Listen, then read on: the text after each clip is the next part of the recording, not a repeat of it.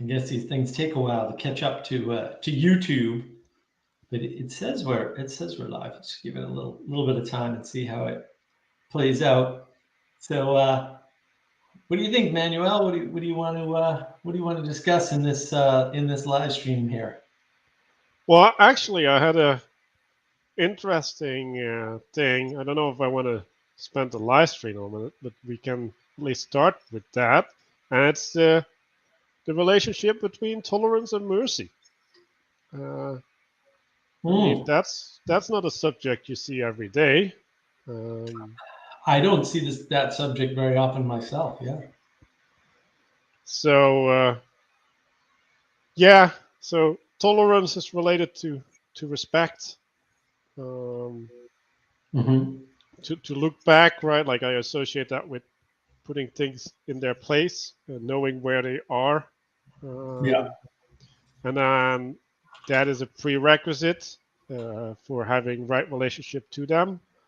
Hmm. Um, so tolerance is in some sense letting things be where they are or something. Yeah, we'll probably get to a better definition of tolerance. Maybe we should get the internet to help us out, and of course the comment section should help us out with this because yeah, To a better definition of. Yeah. uh, tolerance, permissiveness, Hmm. forbearance. Okay, so yeah, and then mercy is the way I was thinking about it is if you're looking at bodies, right, and then there's part of a body that isn't doing the will of the body, then it should be cut off. It should be the body should preserve itself, right? And then mercy is kind of like an in between state where you're not following through on the cutting off, although there is a recognition that the cutting off should have happened, and there Right. is no good justification apart from the benevolence of the body to maintain the relationship. Hmm. Um, So we got an interesting comment here. I think this was with tolerance, pretending you agree when you don't. That's part of it. Certainly, is that concept. I think that's fair. Actually, I think it's fair. Or giving an affordance before it's asked for or understood. Right. In other words, you're going to tolerate something that is already in conflict with you ahead of time. Usually, not always. Um, or you're gonna forego action in the conflict, like actively. You're gonna say, no, no, no, we're not gonna take any action on our conflict. We're just gonna avoid the conflict entirely. And sometimes that's the right thing to do, certainly, but you can have too much of anything. And I think that's one of those areas. And I think the way that relates to mercy is, if you're tolerant, there's no transgression. And if there's no transgression, it's hard to understand the concept of mercy. Like, if there's no transgression, there's nothing to be merciful for or about, or there's no target of the mercy at that point. And so you're cutting yourself off from mercy by being too tolerant. The opportunity for mercy now does not exist. Yeah, so it is interesting. This is touching on one of my complaints about people nowadays, where they're privileging the maintenance of peace over asserting um, a a line, right? A And value. yeah. Well, just asserting as such, right? Like there's a privileging of the maintenance of peace, and you can say, well, tolerance is the foregoing maybe to go into the process of justice, Right. where you're temporarily suspending something in the assumption that, well, hopefully in the assumption, because else it would be corrupt, right? In the assumption that either you're trying to go to a different value, which is higher, right? So going to that process is more important than engaging in the conflict, or that the conflict will self-resolve over time.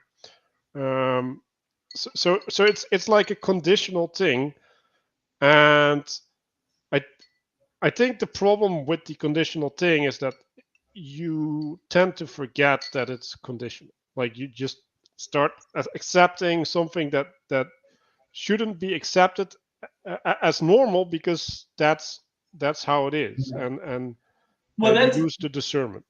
but that's the interesting part. What you brought up there, and I do want to bring it down. But before I bring it to more pragmatic level, that's the important part. Like too much tolerance leads to normalization of all kinds of things, and some of the things that get normalized can be not good. That's why you can't just apply tolerance, right? You need temperance applied to your tolerance, so you're not just constantly tolerating, because it distorts normalization, right? Because the outliers, the people who are sort of out on the edge, are the most visible, right? Because they're the loudest. So even if there's only 4 of them, it looks like they're the majority, even though they're not the majority, they're minority. They're the loud, overly loud minority. So I want to put tolerance sort of in something like a community. So, and we can narrow it down a little bit more specifically, right? So let's suppose you have a Discord server or something. And I'm only using this because it got brought up yesterday on the Awakening server, right? You can't just let everybody in, because some people want to disrupt, like they actively want to disrupt. So if you're automatically tolerant and you let the disruptors in and you tolerate them, then there's a problem in that. And the problem in that is that now that they are in there disrupting, the destruction has already happened. And these people who want tolerance are basically going off the theory that everyone is basically good and is going to act good. I don't think tolerance suspends justice so much as it doesn't afford it. Like it cuts off the affordance of justice. You can't be just if you're tolerant first, because you never reach the point of judgment and where justice can be applied, we'll say, right? So you're still making a judgment. You're judging, I'm not going to do anything about this transgression. That's what tolerance is. We're gonna afford and accept the transgression without pushback. And I think that's where it's dangerous, because once you get a community, if you let people in with bad intent, and there are people in the world with bad intent, right? Or with an intent that is counter to your goal at the very least, right? Not everybody has the same goal. Not everybody has the same idea about the same goal, how to implement it even. So it's worse. You can have the same goal. That doesn't solve the problem. And once you get into that, if you tolerate that, it can create a schism, and then it breaks the community apart, or the community never forms, which is the more common case, I'd say. Yeah, so I think there's a really interesting thing happening, right? Because there might be two. Well, so first of all, I'm just going to justify my use of the word suspension, right? So it's suspension is a temporarily not enacting of something, right? But I think there's two ways in which that can happen, right? Like one is consciously, right? Like you're like, ooh, this is not good, and you don't act upon it. And secondly is that there's a flow of information. Right? There's just this cascade of things that you have to relate to, and you have to realize which aspects are relevant to relate to, and things can just get caught in the flow. So I think this is actually connecting to a perennial problem. Like, okay, so we're necessarily limited in the actions that we can take, and now we need to privilege certain things, and then other things will get lost in the noise, right? And these might manifest as patterns over time, and these Right. patterns are then going to end up as normalization of Right. something that is bad, right? And you could Right. imagine that trauma works that way, right? Where it's like you look the other way because like the most important thing in the moment is not dealing with the transgression, but maintaining emotional health. And I want to stop you there, man. You're going awful far, awful fast. I mean, but you said something really interesting and important to me. So when John Vervaeke talks about and then I want to address Lynn's comment there. But when John Vervaeke talks about perennial problems, he tends to talk about them as conditions that sort of come upon you, right? And you've pointed out something I think that's very important and quite brilliant, as you often do, right? Which is there's a perennial problem in the idea of tolerance, because the perennial problem is how and when and where to apply it. Like, when is it relevant to be tolerant, and when is it not relevant to be tolerant? And as you pointed out past that, you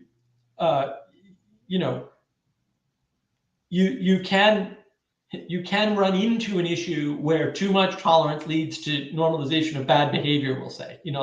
Like suppose everybody's talking about being able to cross-dress and treat children like adults when it comes to sexuality, and then all of a sudden it's everywhere, right? That could happen in theory. I'm not making any statements. I'm just saying historically that might have happened, and it might happen again. And that's a problem, right? So you don't want to be overly tolerant. And then I did want to address Lynn. Lynn yesterday was perfectly justified in being angry at somebody who was being a jerk, and has since been banned from the server because after he was a jerk in the voice chat, and we were too tolerant of him, I would say.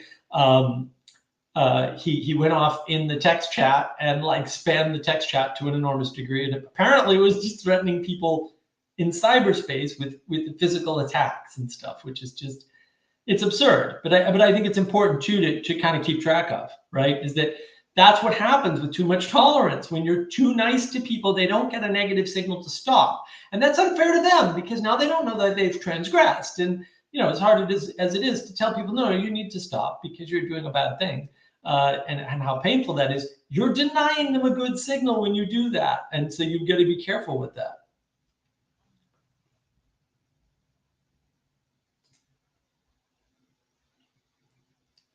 The story of Samson. I don't know the story of Samson. These Bible people and their Bible-y things. They're gonna have to get in and share some of that word with us. No, I don't want to hear that Christian stuff, man. That's everywhere. Bible, like the most read book or something.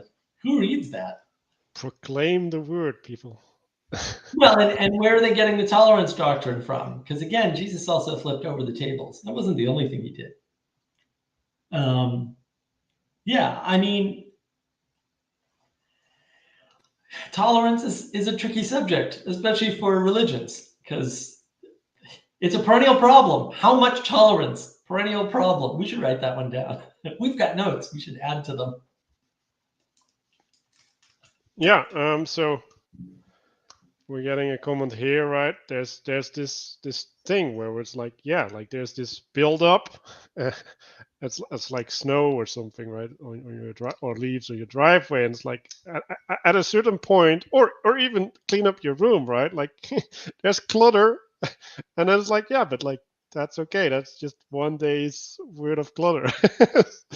Because I shouldn't be doing it every day, but then it's where's that boundary, and how do we protect that boundary? And part of it is a consequence of just having resources, right? Like you need to manage resources, and you need to privilege, and sometimes it's okay if your room is dirty because maybe you're not in it all day, and maybe you're outside doing things that allow you to maintain your room, for example, right?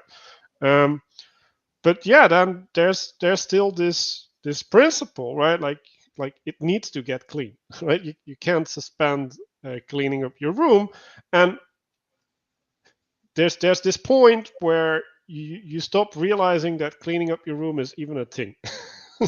Well, I like that, Manuel, right? This analogy between tolerance and cleaning is really good, or clutter as such, right? So you have to allow some amount of clutter to get things done. Okay, so right now my office is completely clutter-free, actually. The only things in here other than my keys and my wallet and two of my one of my gargoyles, my boat, I got a couple of other things, right, are drinks that are leaving the room. right? And so, but it's too clean. Now this room's not useful. The computers are great, but this room's not useful. I have to go in the other room where I put all the junk and start adding some of the junk back in, right? Because there's too much potential here, but I can't manifest anything because it's too overwhelming. It's too much open space.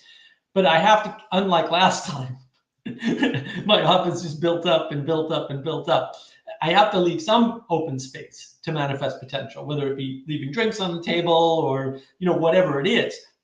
And tolerance is the same thing. Like, how much of transgression up front are we going to tolerate? How much transgression in the moment are we going to tolerate? It's two types, right? That's the perennial problem, is figuring out how much.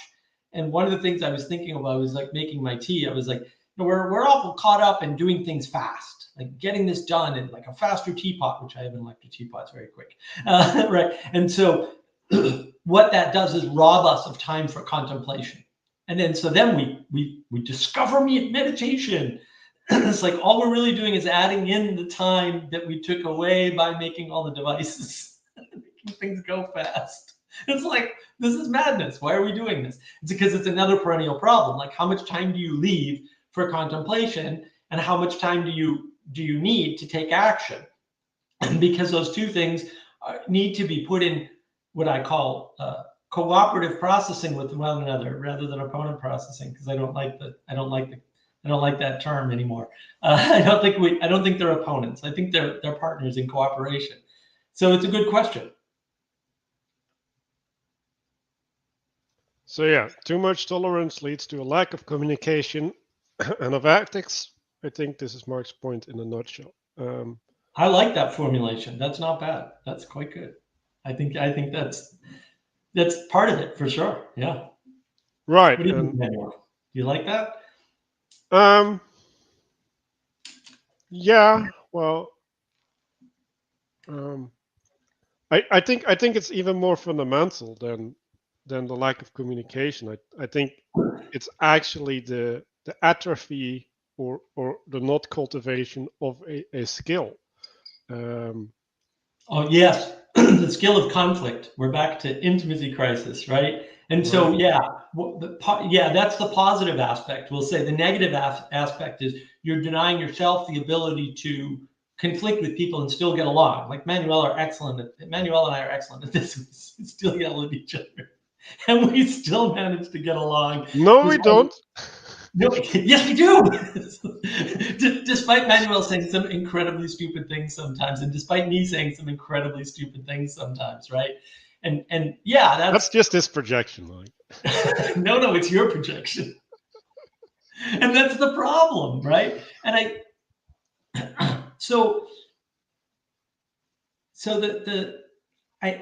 this is a good question, Chris. How did I feel my question PVK about speaking out against evil went? Like, see, what happened was 3 different people independently, maybe they know each other, maybe they don't, but independently came up with this question of tolerance. And then Ethan finally took it to me. Now, Ethan and I drove Ethan from the Minneapolis airport up to Thunder Bay. So it was like 6.5 hours or something in a car with him. It was a lovely experience. And just the act of going to Minneapolis instead of going straight to Thunder Bay opened up a wonderful potential for me that I never could have imagined. And it was wonderful, right? So Ethan was very concerned about this. And so he wanted me to address it. So because I had heard 2 other people talk about it, I'm like, it's time to talk about tolerance. And Vanderklay is wonderfully generous running these Q&As. And I was quite fortunate that I got in, right? And I got to put my question in place.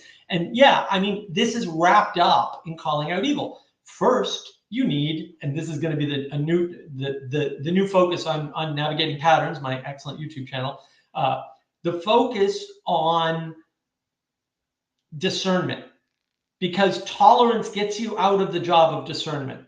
And if you don't have to discern because you just say, I'm going to be tolerant, then you're not practicing discernment. But also, if you're not practicing discernment, judgment is even an option. Now you don't have to judge anybody. And you can always make the claim, well, I don't judge anybody, so why should you judge me? It's a very pernicious thing. Like, all these things have 2 sides. They have the side of what you're doing to the outside world, but also the side of what the outside world is doing to you. And so what that means is you can set up a defense. So I think I took a step in the right direction with PPK in particular, but I'm not sure that that full message is getting through about too much tolerance leads to lack of judgment, and lack of judgment leads to a lack of action. And if you're not going to act, the evil people are. And I think that's kind of, to some extent, what we're seeing. And so that's where the danger is. So when we're not, to the point here, right? When we're not practicing the art of conflict, when we're not practicing, pushing back on people, when we're not practicing being intolerant of certain types of behavior, right, then we're left with the extremes. And when you're left with the extremes, that always leads to war, at least as near as I can tell from my brief study of history. Yeah, and I want to add in a different aspect is when you're not when you're being tolerant, you also lose the ability to take responsibility, because now your discernment about where you can take action and where you can't take action is changes, right? And then the way that you conceive of your agency. So when you look at the world, what are the levers that I can pull? Well, if there's no social lever of calling people to well, to a standard, then the only way is force, effectively, that's left to you, right? Like now it's like, okay, like either I do exclusion or I retreat, right? Like there's these hard boundaries that you have to enact, because you're not well, you're not doing the thing like with the sea, with the tides, where you're going like there's this recession where some of the beach is being scraped off by the tide, and then there's new things being deposited, and then there's a refinement over time, right? And then there's a way of being that is going with these waves, right? And when you're not going with the waves, then the wave is coming at you and it's smashing into you, and it's like, whoa, like I don't like this, right? And then you lose your footing, right? Like there's an inability to maintain yourself, right? So there's this element where there's a type of agency, and the agency is corrective, right? Which is, well, not a nice thing, right? Because we all like to be perfect, right? So being reminded of the ways in which we're not perfect is actually not pleasant. And yeah, we were talking about this earlier today, right, Mark? Where there's this aspect where being corrected is allowing the process of growth, and you can find joy, you can find fulfillment within growth, right? But the growth is always on the point of discomfort, right? So what that means is that there is a way to participate in the discomfort in a way that is emotionally satisfying and uplifting, and that's a skill that you have to cultivate, and I think that's the most powerful way of being that we need to. And that goes back to your point, which is tied into this comment about tolerance also leading to a lack of introspection. I think that I like the way Pastor Paul Van der Clay talks about we outsource our sanity, right? He says this all the time. And it's like, so we outsource our skill at discernment, right? We have to, right? You want the distributed cognition. You want other people to help you. Am I being tolerant or am I being intolerant? Like that's a fuzzy line. And so if you're never able to enact intolerance, you don't really know what tolerance is, right? And if you're not drawing lines and on virtues and values, right, to the earlier point about training for ethics, because I think that's very true. You're training to some extent for ethics, right? Then you're not learning how to be an ethical agent in the world. Sorry, a moral agent in an ethical world, right? Your ethics doesn't enter into it because you're just being too nice all the time. So you're really not learning when to stand up for your own virtues and values, right? You're not making that distinction. And I mean, I like this comment. Tolerance is a tool, not a way of life. Right. And I think that a lot of people, especially the religious people, especially the Christians, are talking about tolerance as though it's a way of life because they're equating it with grace. But I'd say that no, tolerance destroys the opportunity to give grace entirely. There's no grace in intolerance because no one can transgress because you're being tolerant of their behavior. And that's not, that's not good either, because again, you're robbing yourself of all of these signals that you need from the outside world to be introspective, to learn discernment, and to learn grace. Yeah, and I think the distinction is where, like, are you living under a watchful eye? Like, is everything that you do being judged, right? And do you have a responsibility towards that, or are you this carefree, naive person, right? Like, there's all of these youthful, I guess, are they virtues? Charming things, at least. I don't know if they're virtues, but there's this way in well, let's just say, well, I think there are virtues, right? Like there's a way of youthful participation that allows for growth, and for Mhm. improvement, and so I think they're virtues. They're ways of participating, but there's a, a way in which your relationship to them changes, and they mature to a higher level, right? So the naiveness turns into faith or something, right? Like there's Yeah. a way in which you become intentional in your participation, and Well, and the and that's the problem, is intentionality as such, right? Like when you're too tolerant, right? If you're completely tolerant, and yeah, I agree with the comment. You can't be completely tolerant, right? But people are pretending as though they can, right? They're acting as if I'm acting as if I'm tolerant, and so what that does is it takes their ability to judge away from them, right? Because you're not judging others, you're not getting practiced in judging. Now you can't judge yourself. And so now you corrupt yourself because your judgments about what's right and wrong, it's kind of like, well, I'm tolerant of all these other people doing these things. So maybe I can do them too, because that's the normalization argument all over again, basically. So yeah, I mean, it just degrades society. So it's not that you can't try to do it, you can, but society degrades because you're not only you denying everybody else the signal of what's right and wrong by not judging, but also you're denying yourself that signal, and that's a big problem. And yeah, I like this. They're principles, right? They are yeah, principles. yeah, I don't. Well, tolerance might be a principle, but I think naivety isn't. No, Like it is a I don't way think of tolerance. participation. No, principles are the things you uphold through intolerance. I like that. But Yeah. yeah, like I just want to highlight the distinction, right? Like a principle is is something that erects a hierarchy, and a, a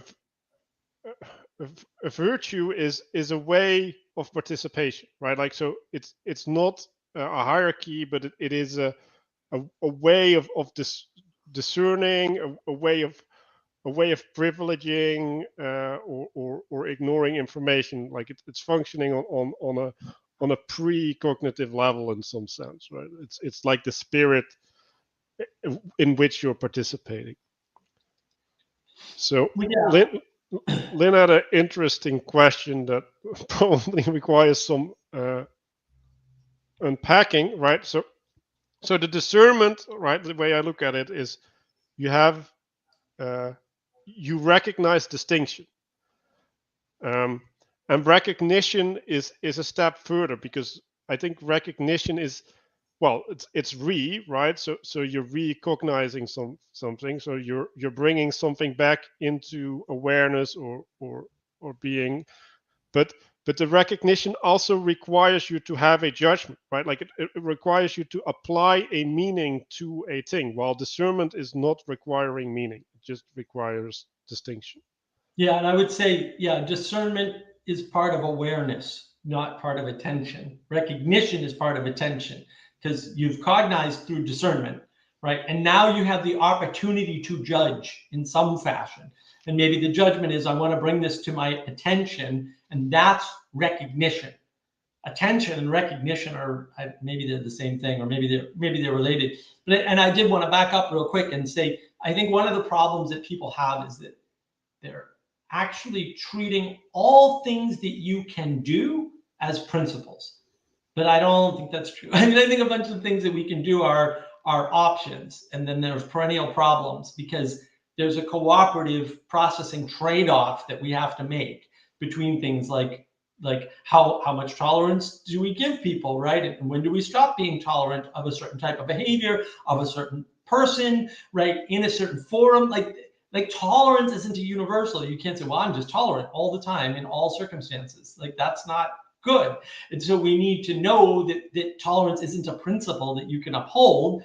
It's a decision point that you have to enact, right, in order to be healthy. Like, because if you can't make judgments in the real world that other people can give you feedback on through distributed cognition, then, that's going to corrupt automatically.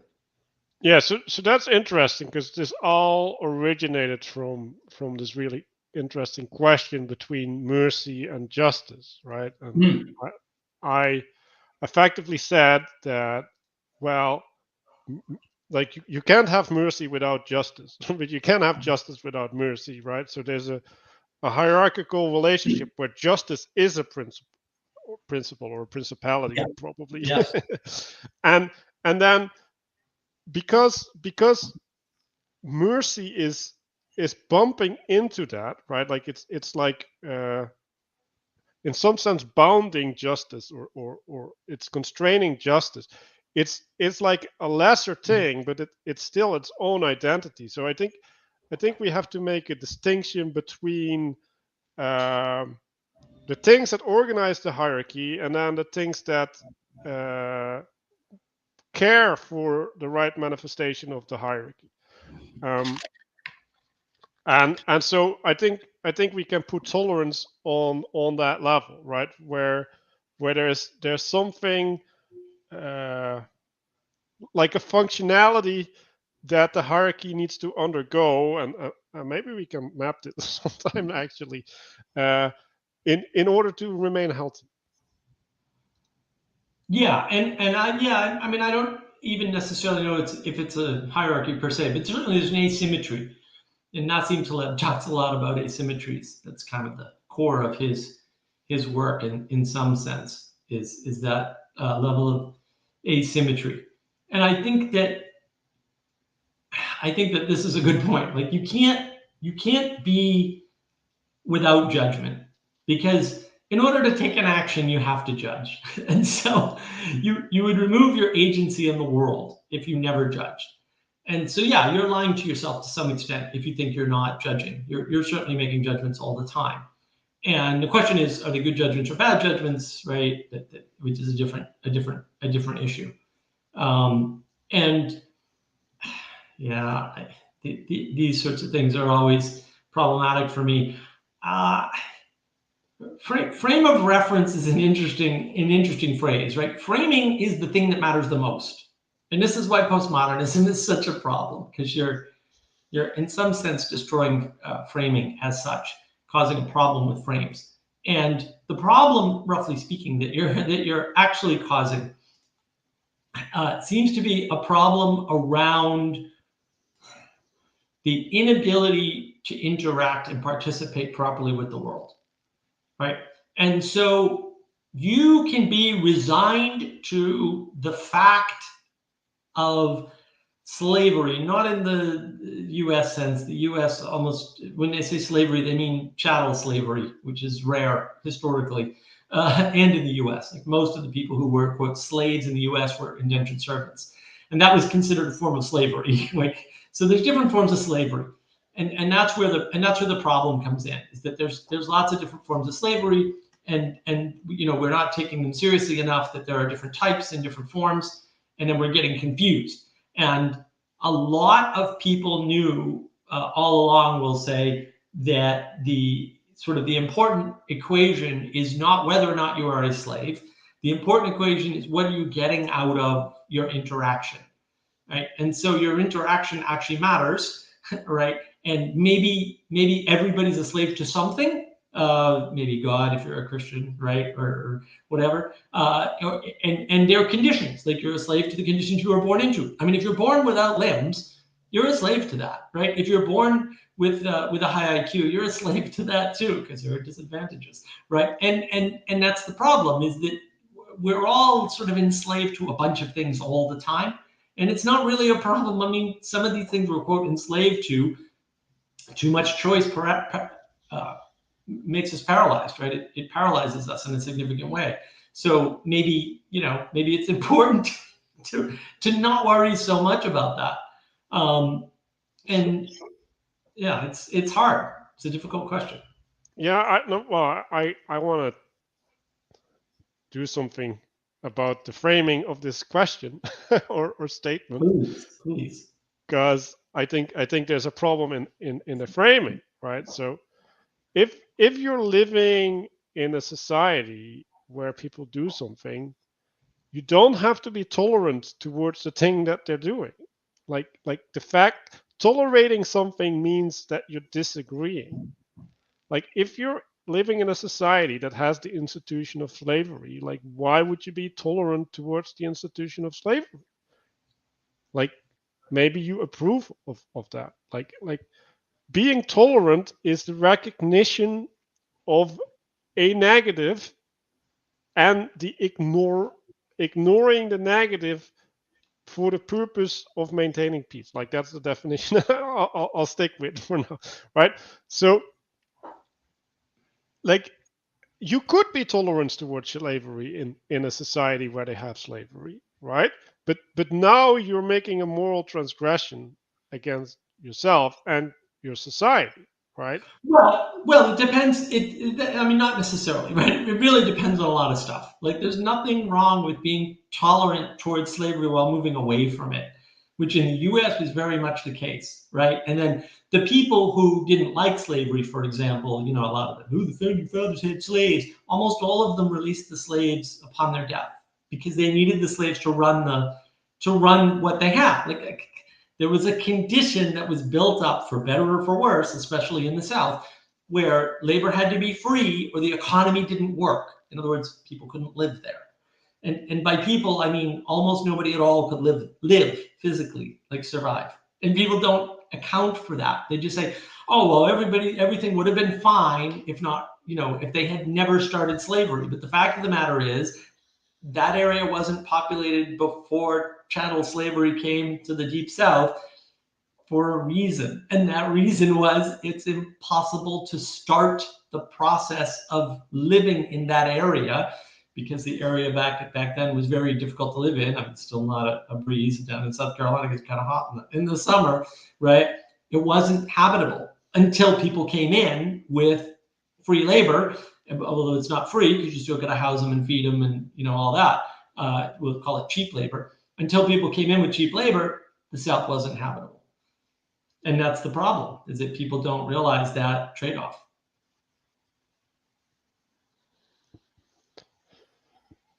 I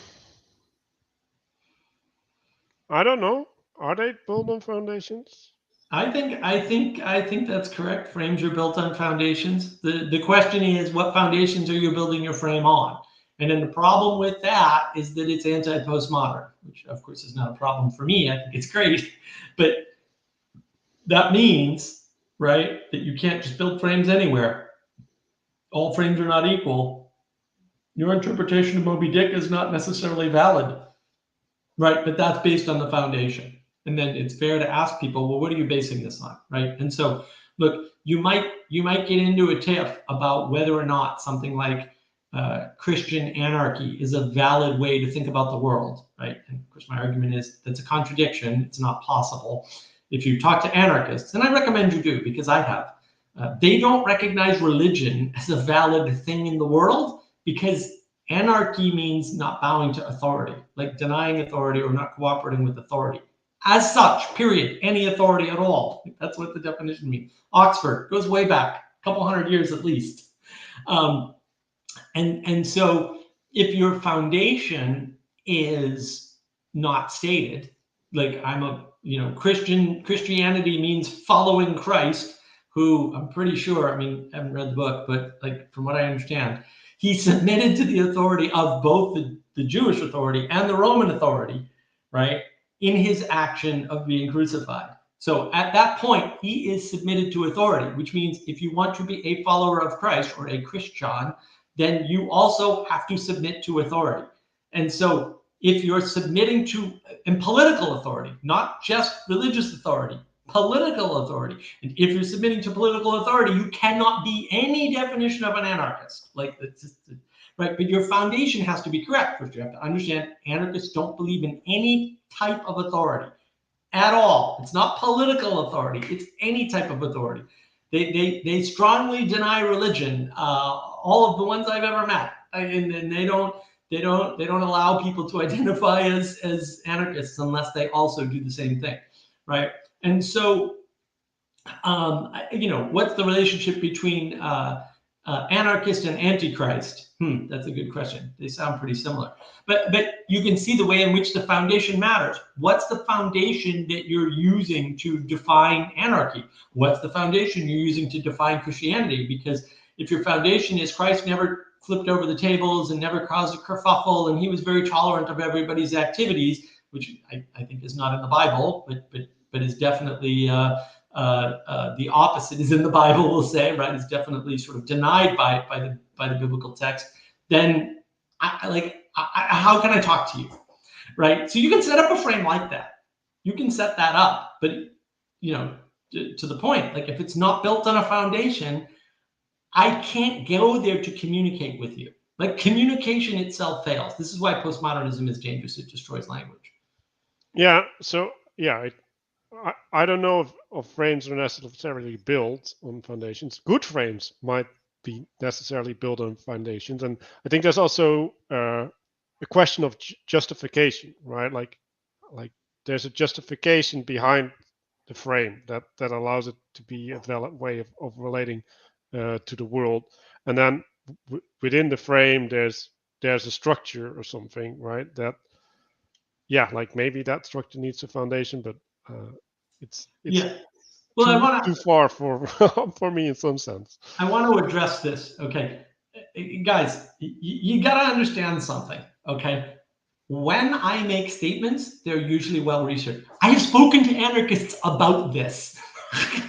No, they would recognize the authority I'm giving to the definition of words. They absolutely do. Okay, and you can go on the internet and look, because I actually did some recent research because this came up with Michael Martin on Twitter, and I was like, you guys have to stop this. You've fallen into the postmodern trap of Satan, literally, like actual satanic behavior.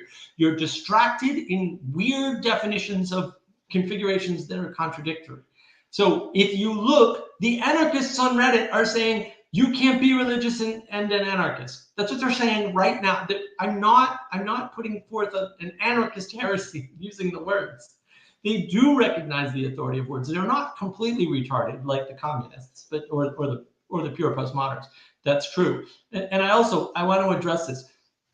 Yeah, we're all enslaved, right? But yeah, what are the limits of what are the limits of infringement on freedom? Right. And this is what we never talk about. We talk about freedom. We talk about how much we should have freedom. We don't define freedom. There's no foundation, to the earlier point, right? And then we say, but we should have this thing, but we're not defining the thing. And then anytime that anybody does anything we don't like psychologically, we just go, you're infringing on my freedom. Really? Like that? Is that the game we're going to play? Because that seems to be the game we're playing. It's a terrible game. It doesn't work very well for people. And that's where you get into trouble. And this is the problem. Like, you want to know what the problem is today? It's garbage like that, where we can't use words to a common definition, a foundation, right, to allow us to communicate, effectively. The question, to your point, where do we draw the line of freedom? This is, and you're not going to hear me say this very often, a political question. It's a question of governance. The principality of the government is the thing that definitionally, whenever you have a decision about where to draw the line of freedom, fundamentally, that is a question of governance and politics. It's actually a real political thing. Things that are not that, I have questions about whether or not they're political at all, but that's a different discussion, right? Where do we draw the line? That's the question of government. That's the question of governance. That's the principality of Caesar, or the principality of government that we're submitted to right? According to Christ, anyway. I mean, maybe you're not a Christian or whatever, then you're not necessarily submitted to it. But I think you are, to live with other people, right? So that's the question. Yeah. So I wanna go in a little bit different tack, because when we're talking about anarchy or whatever, like communism, they build up this whole jargon, right? And this whole jargon is premised on a bunch of presuppositions. And so when we're saying the jargon is hard to understand, it's because, well, maybe it's wrong, right? Like maybe it's describing something not real, and they're pretending that it is real, and they're building uh, on false presuppositions. So we have to be careful with, like, there is a sense when you enter a new area, it's like, oh, like there's newness because there's a new area, but there's also, there might be wrong assumptions within that area, and maybe those are the cause of your misunderstanding, not so much that it's hard or whatever.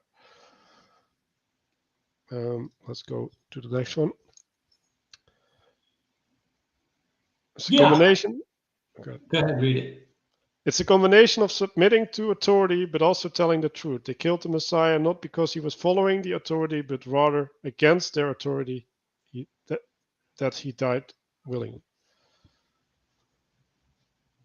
Yeah, so we bring up this point fairly often, right? Like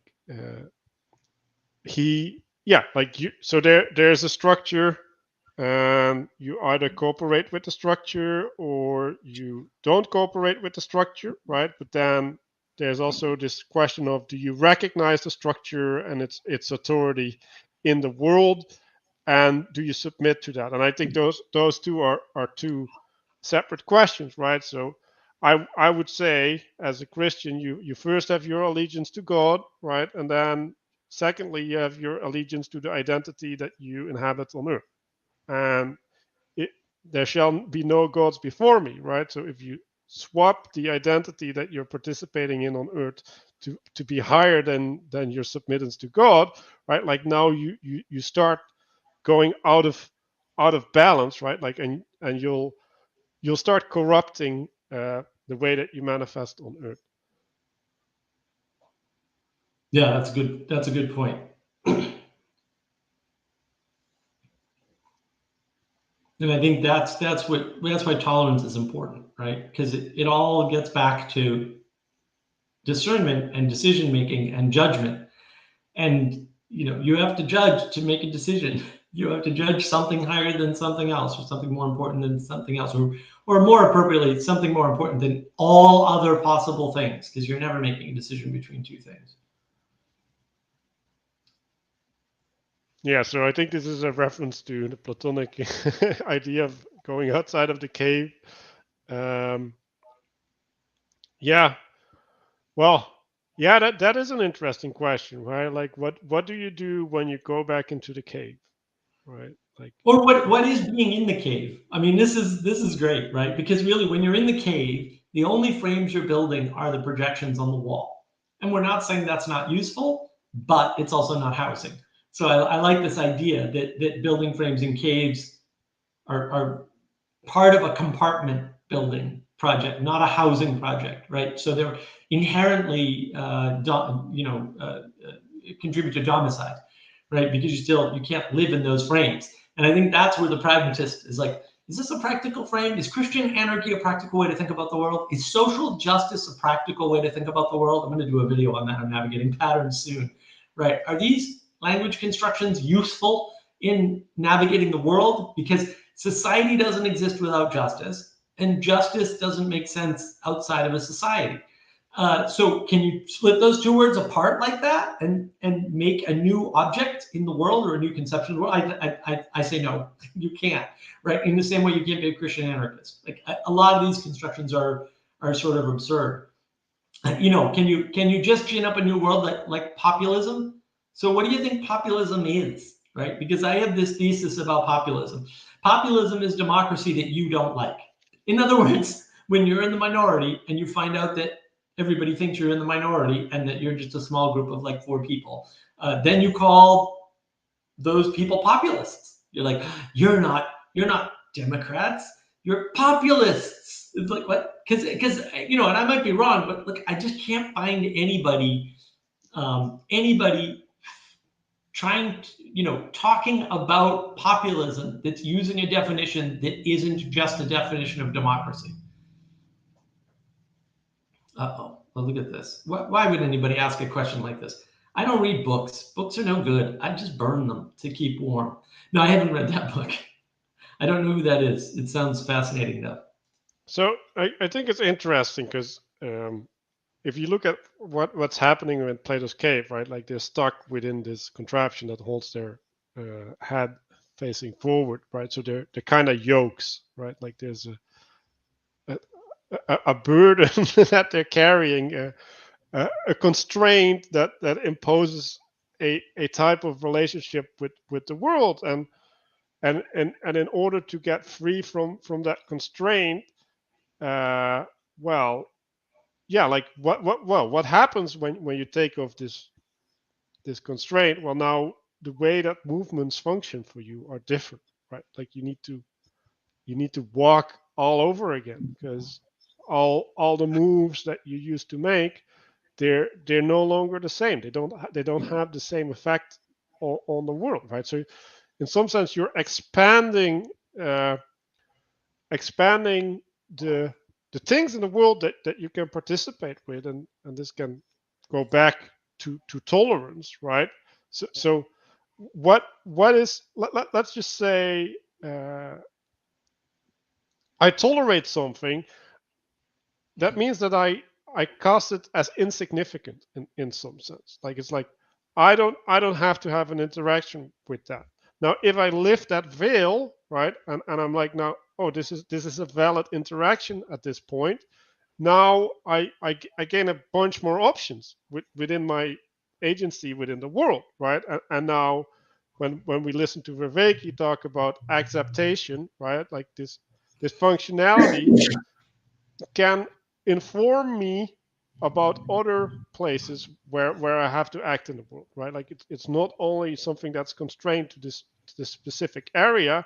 This can bleed into other areas, and I think if we go back to this conception of the yoke, right? Like there's a limitation in the moveset. Like there's a limitation in the things of that we're able to participate with in the world, and that causes us blindness. And I think the problem that we're talking about is in some sense willful blindness. Like there's a and that's also Plato's point about the cave, right? Like people in the cave want to stay in the cave. Like when you start talking about them about not the cave, they're like, stop talking nonsense and leave me alone doing my cavey thing.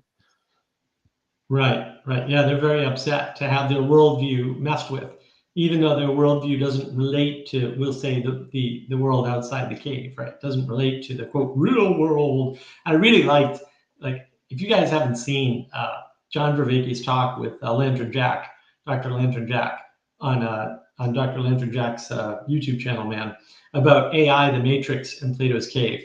Ah, I mean, Jack is awesome. But Vervaeke is doing a really good job there actually too, and I really like that conversation. I thought it was excellent. I know Pastor Paul's talked about it like 3 or 4 times.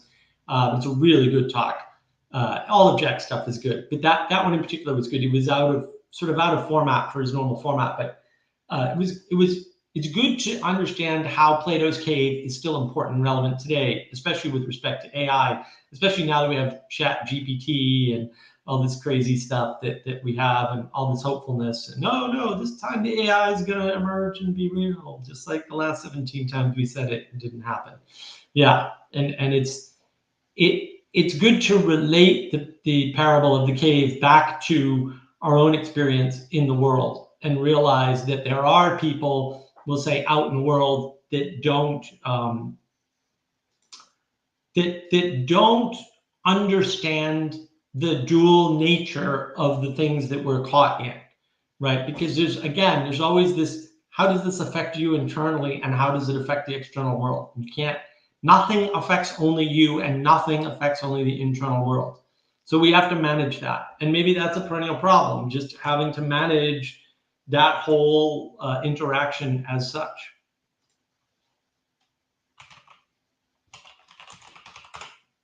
Okay, I don't know if we want to go into this. Anti-Oedipus capitalism and schizophrenia. Yeah, that was a reference to the book, or the author that I got a question about there that I didn't read. Yeah, I don't know. I mean, capitalism good, schizophrenia bad. Uh, People are a problem. I don't know. That's how I would summarize that up. Everybody, I have a video on capitalism. Maybe I'll post that link next. Yeah, there's the Lantern Jack talk in case anybody hasn't seen it. Yeah, I mean, I think that a lot of people like to put things in economic frames or in political frames to understand the world. Those are valid frames, but not to understand the world. They're only valid frames to understand some certain things. If you don't know what things they're good for and what things they're bad for, then you're going to get easily enchanted by people telling you, stories like about game A and game B, or stories about how capitalism ruined the world, or whatever. And Yeah, let me reframe that, because when you pick a frame, you pick it, right? Like when someone else picks a frame for you, like either you have to explicitly agree to it, or you're gonna have to see how that is coloring what they're saying. Because if you're not paying attention to the frame in which people are talking, this was going back to the question of jargon, right? Like, yeah, like jargon, people are talking in jargon, right? And there's implied assumptions within that jargon. So like they might seem to make sense if you use their structure of logic, but like, yeah, maybe you don't want to be in the structure of logic. And it's like, to go to this populism aspect, I think what is populism? Well, populism is, I think, a redefinition of the way that politics is manifest. So if we're having this one mechanism, which is like the press is bringing things up, and then there's this other channel where the politicians have this feedback of their local population, and those are the way that things happen, and then you get Clinton with this disgusting idea of these focus groups where when they get these people together and they bounce ideas of them, and then instead of basing policy on ideals, they start basing policies on basing on this idea of what is the public gonna like, right? And now they call that populism, right? But in some sense, it's just making more efficient what was already happening, right? And I think,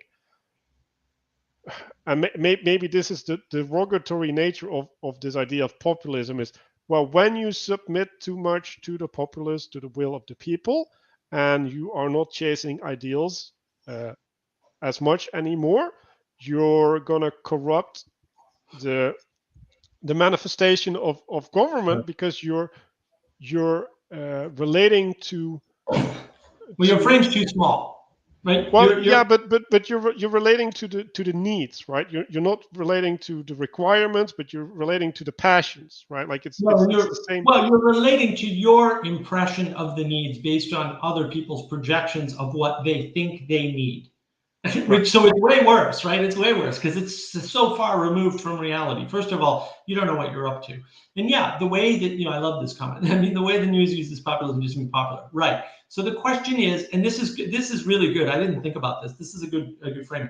So if your conception of the world is that things are being driven by politics purely, and then you have democracy, so things should be driven in the right way, right? Now, what you don't realize, particularly if you're on, we'll say, the left, right, is that if people don't agree with you, then democracy will prove you wrong. If you think it's all politically driven, then what you're doing by saying populism is you're recognizing democracy disagrees with your point of view, or the majority of the people don't see it your way or something, right? And that's becoming manifest in an interesting way.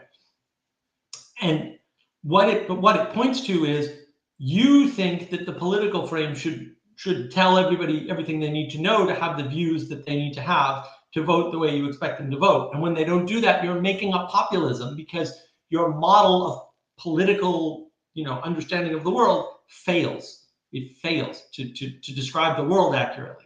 So you make up a new word, populism. It doesn't have a meaning outside of democracy. I'm still gonna hold that line. And so that's a problem. And then, that does get us into this comment. I think the limit on freedom being imposed by the state is a little simplistic, but it's not imposed by the state. Nobody said that. Politics is the way we work that out. It's not what's being imposed, right? In the example of the crippled person, that imposition is not imposed by the state, right? It's imposed by a different phenomenon. Sure, but this is the problem. Like, believing that something like the state is the agency that's doing the thing is wrong. Like, it never is. Politics is downstream of culture. Tim Poole used to say this. Carl Benjamin, Sargon Akkad used to say this all the time. Politics is the reflection. It's the thing on the screen at the end after everything's already happened. In other words, the distributed cognition of culture or society, or however you want to frame that, works it out and then tries to get the laws pushed through. And that's a difficult process, and it's messy. And so, for example, you might look in the United States and say, well, people have been, running illegal marijuana growing operations for decades before the laws got passed to legalize it. Yeah, that was happening. So was the government enforcing, people not to? No, it wasn't, right? And then I would argue it should, but that's a different argument. And so that's the problem. And yeah, I mean, I think it's really important. And then, of course, I like what Father Eric said, which is culture is downstream of religion. Yeah, that's the next step. Let's not jump people too far. They might get into shock, Father Eric, and then they'd panic. But yeah, in fact, that would be my argument, is that religion is inevitable, and that's the foundation that was being talked about earlier that you build the frames on. What foundation are you building your framing on, right? Because it's super important to know what foundation you're actually using to justify your stance in the world, right? Your virtues and your values. And look at this. It's shameless marketing by the Catholic Church. This is why people don't like the Catholic Church. It's too much marketing, damn it. Yeah, it is a problem when people don't reveal their cards, right? And when people will say, the Puritans in New England, when they're private about religion, the problem is now we don't know how tolerant to be. And so everybody in New England gets a little too tolerant over time. And then the next thing you know, there's a bunch of conflict that sort of squirts out on the back end. So I want to go back to this remark because I again start objecting to the framing, right? Like I think there's a distinction between freedom, which is, I think, something spiritual, and a crippled person, which is a limitation of ability. And a limitation of ability is not a constraint of freedom. Like, I think that's. No, I think it is. Like, you're not free to run if you don't have legs, or if you only have one leg, right? And that freedom can be restored to some extent, right? Like, you lose a leg, you get yeah, but I don't think you're free to run. Like you're not free to run if someone is with agency stopping you from running. Like, yeah, well, it's the confusion of freedom with total freedom to do whatever you want, wherever you want, however you want, which doesn't make any sense, right? Like, freedom has to have a constraint, or there's no contrast. You can't tell what freedom is. Yeah, so yeah, I've been thinking about this distinction between, well, like there's reality, and I like this new conception of reality is that which objects, right? And then, well, there's natural reality, right? Like gravity says, well, you can't jump higher than so much with this energy expenditure or whatever, right? And then there's a spiritual reality, which is in some sense way more temporally diffuse, although like getting hungry is also something that is temporally diffused. But and it's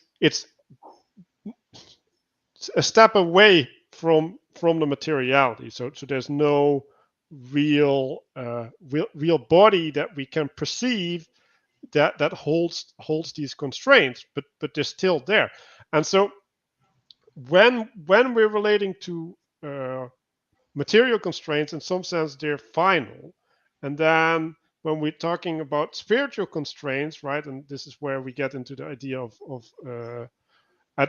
adversarial processing or whatever, right? Like there's these trade-offs that happen between, well, if I make society a little bit less free here, then I can get some freedom here, right? So there's this malleable nature to it, right? And then there's these things that you can malleable into that can't persist across long periods of time. And I think this is where we have the discussion about, right? Like there's these patterns that we manifest, but we don't recognize the way that they can persist across time.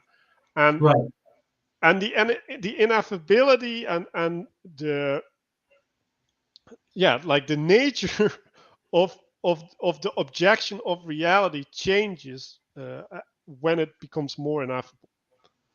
Yeah, and I want to address this. Yeah, I mean, how people express religion is cultural. That's true, but that's the expression of the religion, not the religion. And see, this is where it gets tricky, right? Because people want to over reduce everything, and so yeah, if religion was downstream from culture, why would certain cultures choose the Protestant Reformation over the Catholics? Did they, or did that happen in spite of the majority of the population not wanting it? Because that happens all the time, right? And so it's not a one-to-one relation. You can't say this happens over here and always causes this downstream, because it's not the world we live in, right? We're the negotiation, we're the mediation between these layers. And so you can say that there's gravity, and we mediate gravity by building planes and helicopters, right? And by going up into space, and like there's all kinds of mediation of gravity that we do. So gravity is not something that always forces, we'll say, a known result, right? It forces a predictable result, but that's different because the prediction is based on what we do. And this is where people get confused, right? This is why Jordan Peterson keeps saying, like, imagine if everything you do mattered. Yeah, because it does, right? And this is where the argument of, well, if there's a scientific possibility for something, it will definitely happen, and therefore we should do it now.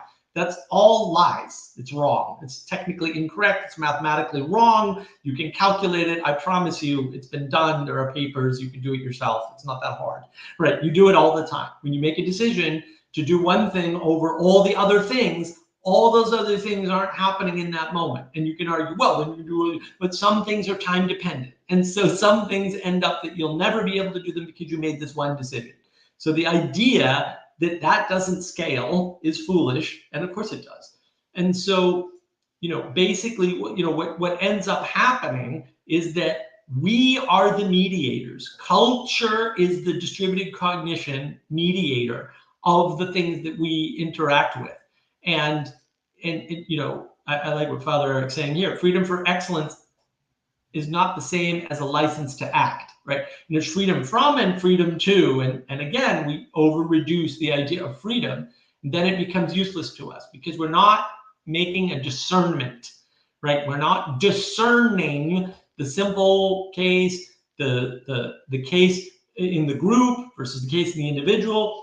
There's no discernment there. And discernment's actually a really important concept that we have to sort of bring back into things. Yeah, and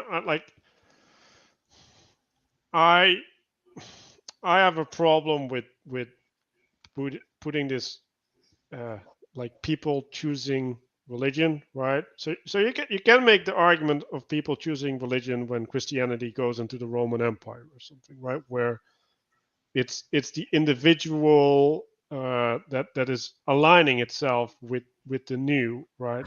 But at a certain point, there's an institutional manifestation of the religion, and the institutional so now we're there's a body that's gathered, and that body has in the nation, it has a certain standing, and then there's a political side to the body that is in some sense disconnected from the individuals, right? And then now there's the capacity to have a leadership decision, right? Like, so for Protestantism, there's a leadership decision that steps away from the Catholic Church, and it's not so much something that was born by the people, right? But they were caught up in it, right? Because all of these issues, right? Like, they're highly theological, and like only a small elite is capable of relating to these questions in a healthy way. And then a lot of the issues with the Catholic Church, for example, in the Netherlands, right? They were like done by looters, right? Like they were going into churches to get gold or to get riches, right? Or they were doing it as a political statement against a other political group in the country. There's many ways in which there's a rebellion, and that rebellion might not be against the Catholic Church, but it is getting expression as a as anti-Catholic Church, because that's the spirit that is manifesting in that moment. So the complexity of these things is way bigger than just a Yeah. rejection of the Well, religion. I want to point out this comment, right? In the case of a legless person from birth, it's kind of post-democratic or pre-democratic, because notice that a legless person is not a democratic agent when that infringement is being imposed. See, this is a limitation of political framing. If you try to understand things in terms of politics, it will fail, because most of the world is not political. Like, most of the world cannot be understood with political frames, right? There's no democracy in how you're born. Like, evolution is real, and there's certain indications from the fact of evolution, right? And this is where it gets tricky. Like, again, we are mediating potential and actual, right? So in some sense, yeah, we're creating history. Sure, of course, duh. Like, where history is being created, irrespective of our involvement in it, would be probably a better way to say it. But because we're involved in the creation of the here and now, that's a problem. And so when you're in your family and you're not the parent, we'll say, or even if you are one of the parents and not both of the parents, there's no democracy in a family. I mean, this is one of the arguments the communists make all the time. In family groups, communism works. Well, except it's not real. It's not actually communism, but they have a point, even though it's a point on top of their head, because they don't understand something simple, right? Which is that it's easier for small groups to cooperate. And when they cooperate, everybody in the group does better. Yes, that's true. But families also have a head of households, and that head of household is not always the father. Sometimes the mother has a great deal to say about what's going on in the family, sometimes more than the father, and that isn't manifest in the same way, right? So the subtle cues that women give to men that men don't even realize most of the time are really important in shaping what the men do.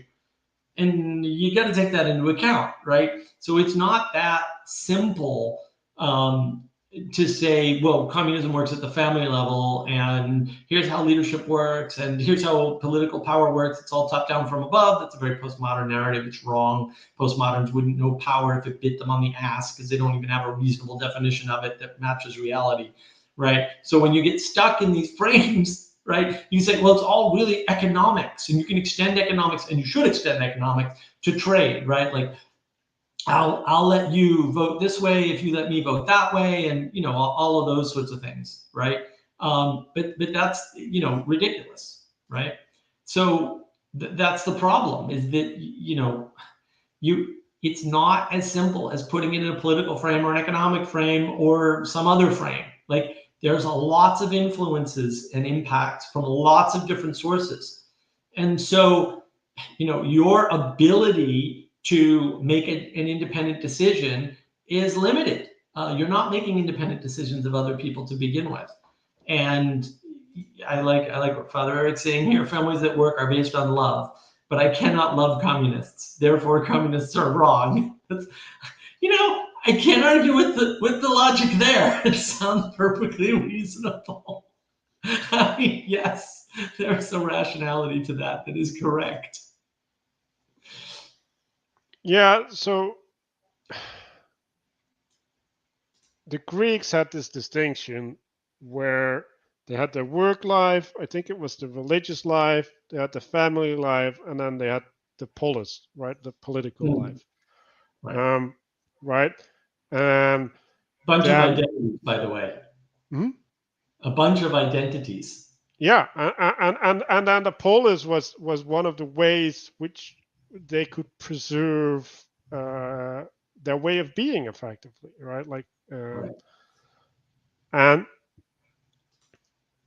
well, so I already framed it in a conservative frame there. It's like, yes, there's a preservation of the way of being, and now it seems to have flipped, right? Like there seems to be this implication that the way of being is as a consequence of where we're aiming at, right? Like there's this innovation that constantly needs to happen, right?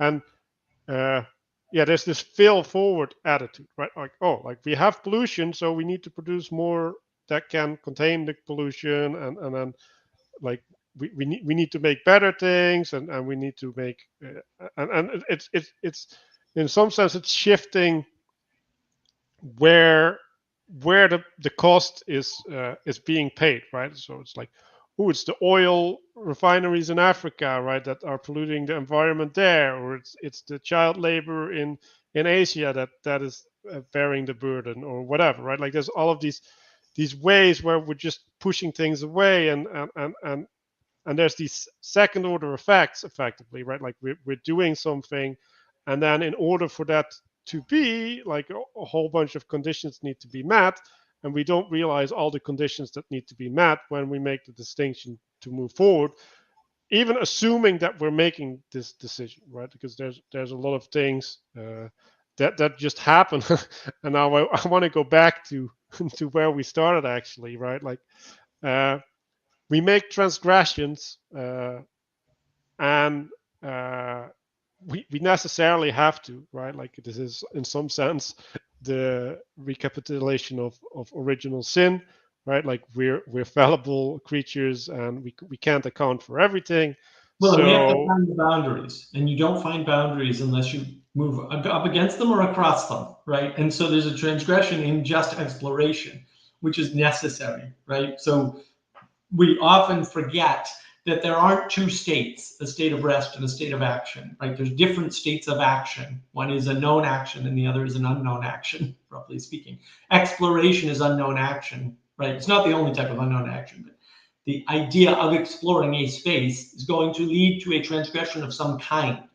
And that's okay. That's why you need to tolerate some transgressions, right? And this gets back to the perennial problem of how much do I tolerate? When do I stop?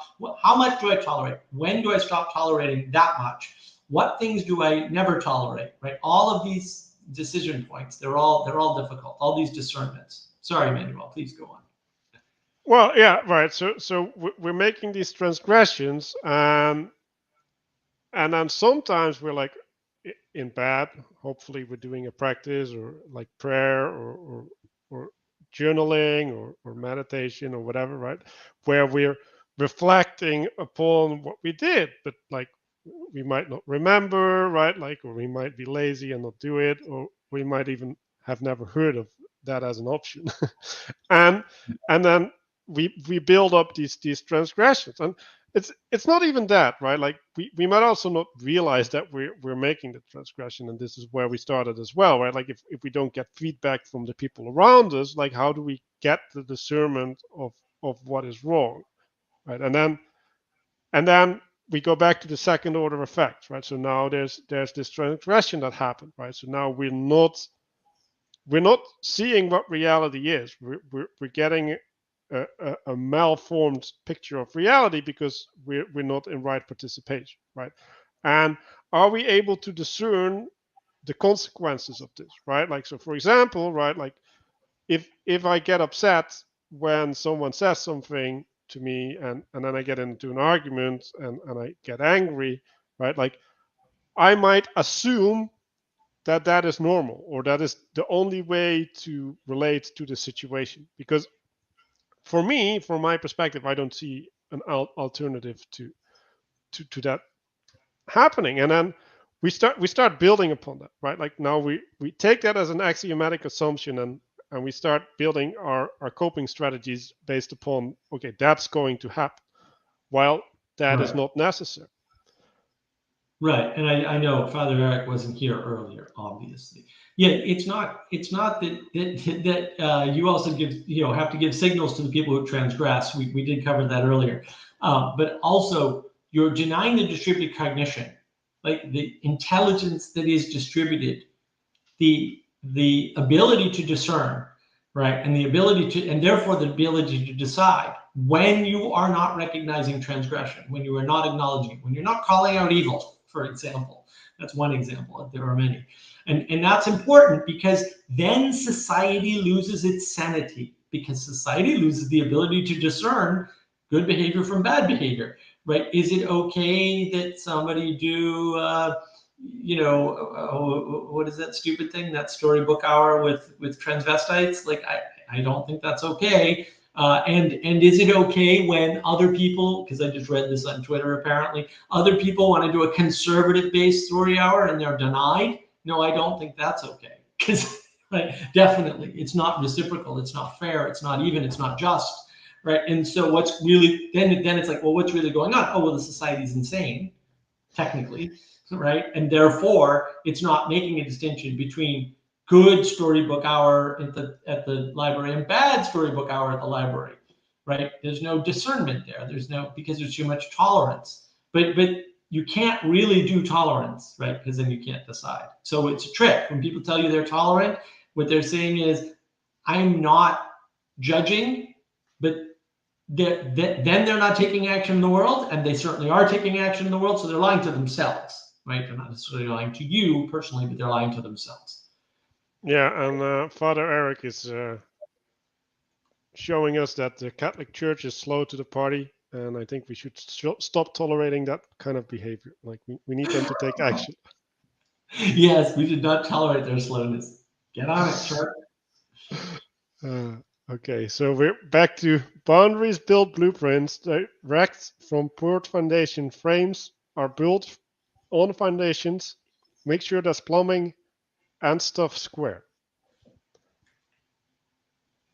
So he's really a builder. But it's good to re-enchant and stop reducing things, right, to things like politics, right, and to say there's a lot of moving pieces, and so you have to have a little bit of grace for when you screw up, and not expect politicians to get it right, not expect voters to get it right, not expect churches to get it right, not expect people to get it right, not expect your parents to get it right or have gotten it right, not expect yourself to get it right, because there's a lot of moving parts. And no matter what you're doing, and I don't care how smart you are, what your IQ is, how smart you think you are, how smart other people tell you are, you're not smart enough to track half of that stuff. You just aren't. Neither am I. Neither is Manuel. Right? You're not tracking that much stuff. I wish you could, but you can't. You're just a limited Muppet like the rest of us Muppets. And we're all Muppets. And it's okay. And look, if Father Eric wants to send out a memo to the Catholic Church, which I highly recommend, then I think that's a good thing, because Yes. at least some signal will get out there. And look, it was the only thing that impressed me about the church down the street was, it was decades too late in my opinion, but they actually wrote to Rome and said, we're really concerned about this scandal around the pedophile priests. It's like, well, 25 years too late, but at least you're doing something. I gotta respect that. It really impressed me. So it was. I'm glad that they did something. And then that is how it works. It's one memo at a time. It's one little signal at a time, because of distributed cognition, and the church, all the churches are distributed cognitions, are very slow to move. Yeah, so I think Father Eric needs to feed the carrier pigeons, because else they might get distracted en route, and then they will be even later. Yes, if you send the memo via carrier pigeon, it will have more weight for sure. And that is actually technically true, right? How the message gets to you really matters. How often you see the message really matters. People often get fooled by, well, I hear this every day, it must be common. The number of people I know that are coming to me panicking, and have been panicking for the past 2.5 years over the same stuff. It's like, I understand that you hear that a lot, but it's 4 people who are very loud. I promise you, it's literally 4 people. Don't worry about it. They're going to be loud for a while. Ignore them. Ignore that signal. It's a bad signal. It's a signal that they want very badly, which is why they're loud. But they're not. It's not going to happen. So Yeah, and maybe if we write the memo on a piece of golden paper, right, or we nail the yep, memo on the door of the church, right? Like there's many ways to highlight this message and have it gain more status in some sense, right? So yeah, so if we bring that back into these transgressions, right? Like we need some way to highlight these transgressions to ourselves, right? Like to lift them up from all of this noise effectively of all these other things, and I think this is where the ecology of practices is gonna jump in. There's a way in which we can be intentional about our relationship to ourselves, to the people around us, that stops the clutter from cluttering. right. Well, you rely on the distributed cognition, right? Like if I need to know something about Plato, I'm not going to ask myself because I don't, I'm not a Plato expert. But I might ask Dr. Landry Jack, who has an excellent channel, and he would know and he would answer me because he's awesome. But I wanted to highlight this. Then how come they have it's a story hour, but we can't? Yeah, it's an interesting idea. There's some kind of egalitarian notions. No, there isn't. It's not a justice issue, right? This is the problem. Is that when you try to fit things into a legal frame or a political frame or both or an economic frame, you're going to fail to understand that individual towns with individual libraries, and they may have more than one, have individual decision makers at that layer of reality making individual decisions. Now, can it rise to the courts? It can. It probably will in that particular case. I got a feeling about this. So I'll just give you an example story. So here's a true story of what happened in Massachusetts.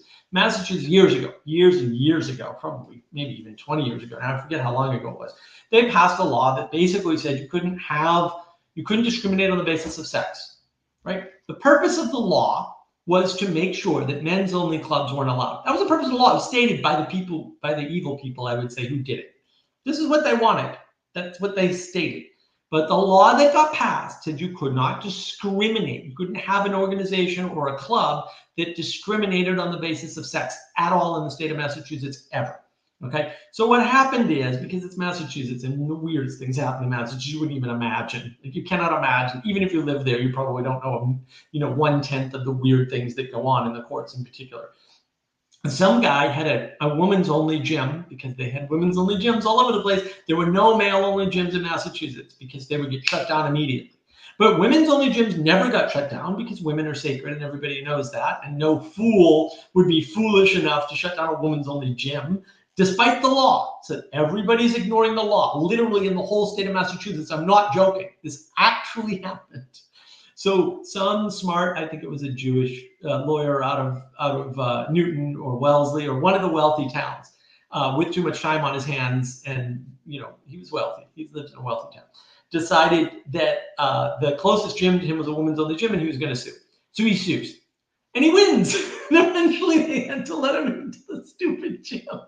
And I'm of two minds. On the one hand, yay, the law got upheld. And on the other hand, no, it was such a stupid law. It never should have been passed, right? And so these little inconsistencies happen all over the place. And it's only this reduction, this desire. Well, if the federal government would just say everybody has to wear masks and everybody would wear masks, yeah, how'd that work out? It didn't. It didn't happen. It didn't happen. Not even half the people wore masks. All the idiots in the cities, maybe. But everybody, which is, not all the people, everybody outside the cities wasn't wearing masks. I changed where I shopped for groceries because they had a citywide ordinance. We didn't have a statewide ordinance in South Carolina. They had a citywide ordinance, so I stopped going to the city and just went to the closer grocery store that had less food that I wanted. But whatever, I can survive on rice and beans. I can do the Epicurean thing. So that's the problem, is that justice isn't this fast thing that reacts immediately, just like the church isn't this fast thing that reacts immediately to everything that you see, because you see more than it does. Like The justice system, the political system, only sees things when people make a big deal of them. And that process takes a long time because you can get into negotiations with people. People can tell you no, they can stonewall you for months. I've have been involved in lawsuits. I've been an expert witness in a lawsuit. These things take a long time, even though to me it's like 10 minutes. Do you have the documents? No. Okay, moving on. You lose. Right?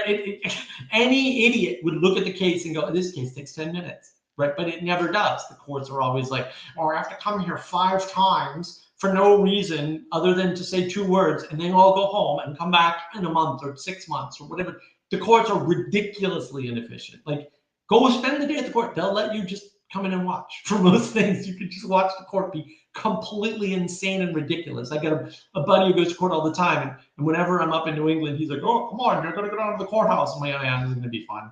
And the only reason why he wants me to go is because when he goes, he wins. And he wins every single case. It's unbelievable. But he's also very well organized, and he knows the people. And yeah, I mean, I like what Father Eric said here. Inefficiency is a feature, not a bug, because you don't want to make large changes too quickly. And so the larger systems, the distributed cognitions that are above us, are very slow to change because that's important. It's not like, oh, we should instantly be able to make everybody wear masks because some president said so, or some premier said so, or some parliament passed some law, right? You've got to give people time to adjust, right? Because you can't just implement it tomorrow and start going after businesses, because it just takes time to do these things. But also you don't want to, because how else do you find out if you're wrong if things happen instantly? And so it's a good point. I want to bring back tolerance in here, because I think if we look at tolerance from this framing, it's like a way to take load of the system, right? So there's this slow moving system that has high implications and therefore should be wielded with care, and also like there's limited resources, right? So it should also have a high level of relevance realization. It should only relate to things that are really important, and not so much to the lesser things, although they might be bad, right? And important to that layer of reality, right? So one of the things that people don't understand is that when governments talk about inflation, they aren't talking about the inflation that you feel in your pocketbook, because governments, their fundamental job is not to make you comfortable. It's to make it so that you have affordances, so that you're able to do things, right? But the government's job is to manage the price of commodities for businesses. So when they measure inflation, they measure things like commodity price. Commodity price of wheat and corn doesn't affect me because it doesn't go up and down that much. I mean, it can, but largely those fluctuations I never see, because they get absorbed by the grocery store, by the people delivering the food, by the people growing the food, by the people processing the food, et cetera, et cetera, et cetera. So those things that are happening at that level that I never see, because I only care when I go to the grocery store how much my food costs. The government doesn't care about your grocery store bill, but they do care about that middle place. So I just wanted to put that little caveat in there. It's not that they're looking at relevance. They're looking at relevance at a specific layer, because relevance at that layer and relevance at the layer below it and relevance at the layer above it may be related, but you can't adjust all 3 at the same time. And so you have to adjust one and see how the other 2 are affected. Sorry, Manuel, please continue. Right. Well, and so if you take that analogy to the body, right? Like there's things that happen to your toenail that that are annoying to your toenail, right? And maybe there needs to be some antibodies that go there or whatever, right? But at a certain point, you get the signal of pain, right? Like the signal of pain is the thing that brings in the attention of the head and says, oh, like I now need to go onto this part of the body. I need to have an executive decision, right? Like maybe I need to clean my feet. Maybe I need to put a bandage on. Maybe I need to go to the doctor, right? And going to the doctor is, again, a higher level of escalation, because now your whole body needs to participate in a project that will just serve the functioning of the foot, right? So there's and then the tolerance thing is letting these things, right? Like, oh, like my food is annoying me, right? But I don't have time to go to the doctor. Like that's like I have to do whatever because like that is of immediate importance, right? And then a lot of these things they will just resolve themselves across time, right? And there will be a cost associated to that, right? Like you might have bad sleep as a consequence of your foot hurting for a while. Uh, like you might not be able to walk as properly as you could, right? And these things could have been resolved, but they get that cost get carried by you in favor of manifesting something else. So now we're again talking about trade-offs and what are the values that we're striving for, right? And then there's this thing, right, where you might ignore your foot once, maybe you might ignore it twice, but if you have a chronic problem, like there's the reason why chronic problems are a special category in in the healthcare industry, right? Like then you're changing the way that you're living your life as a consequence of the endurance of the problem, right? So you might look at it one way, right? Like when when your feet is hurting all the time, you start favoring your leg, right? And then when you start favoring your leg, you start walking a little bit sideways, and now You hurt your your spine hips, is and then you hurt your going. lower back, and then you hurt your neck. Yeah, yeah, Yeah. yeah. All So right, yeah, that's Chad's the here. process that we're talking about. Let's find out what Chad has to say about all this. What do you think, Chad?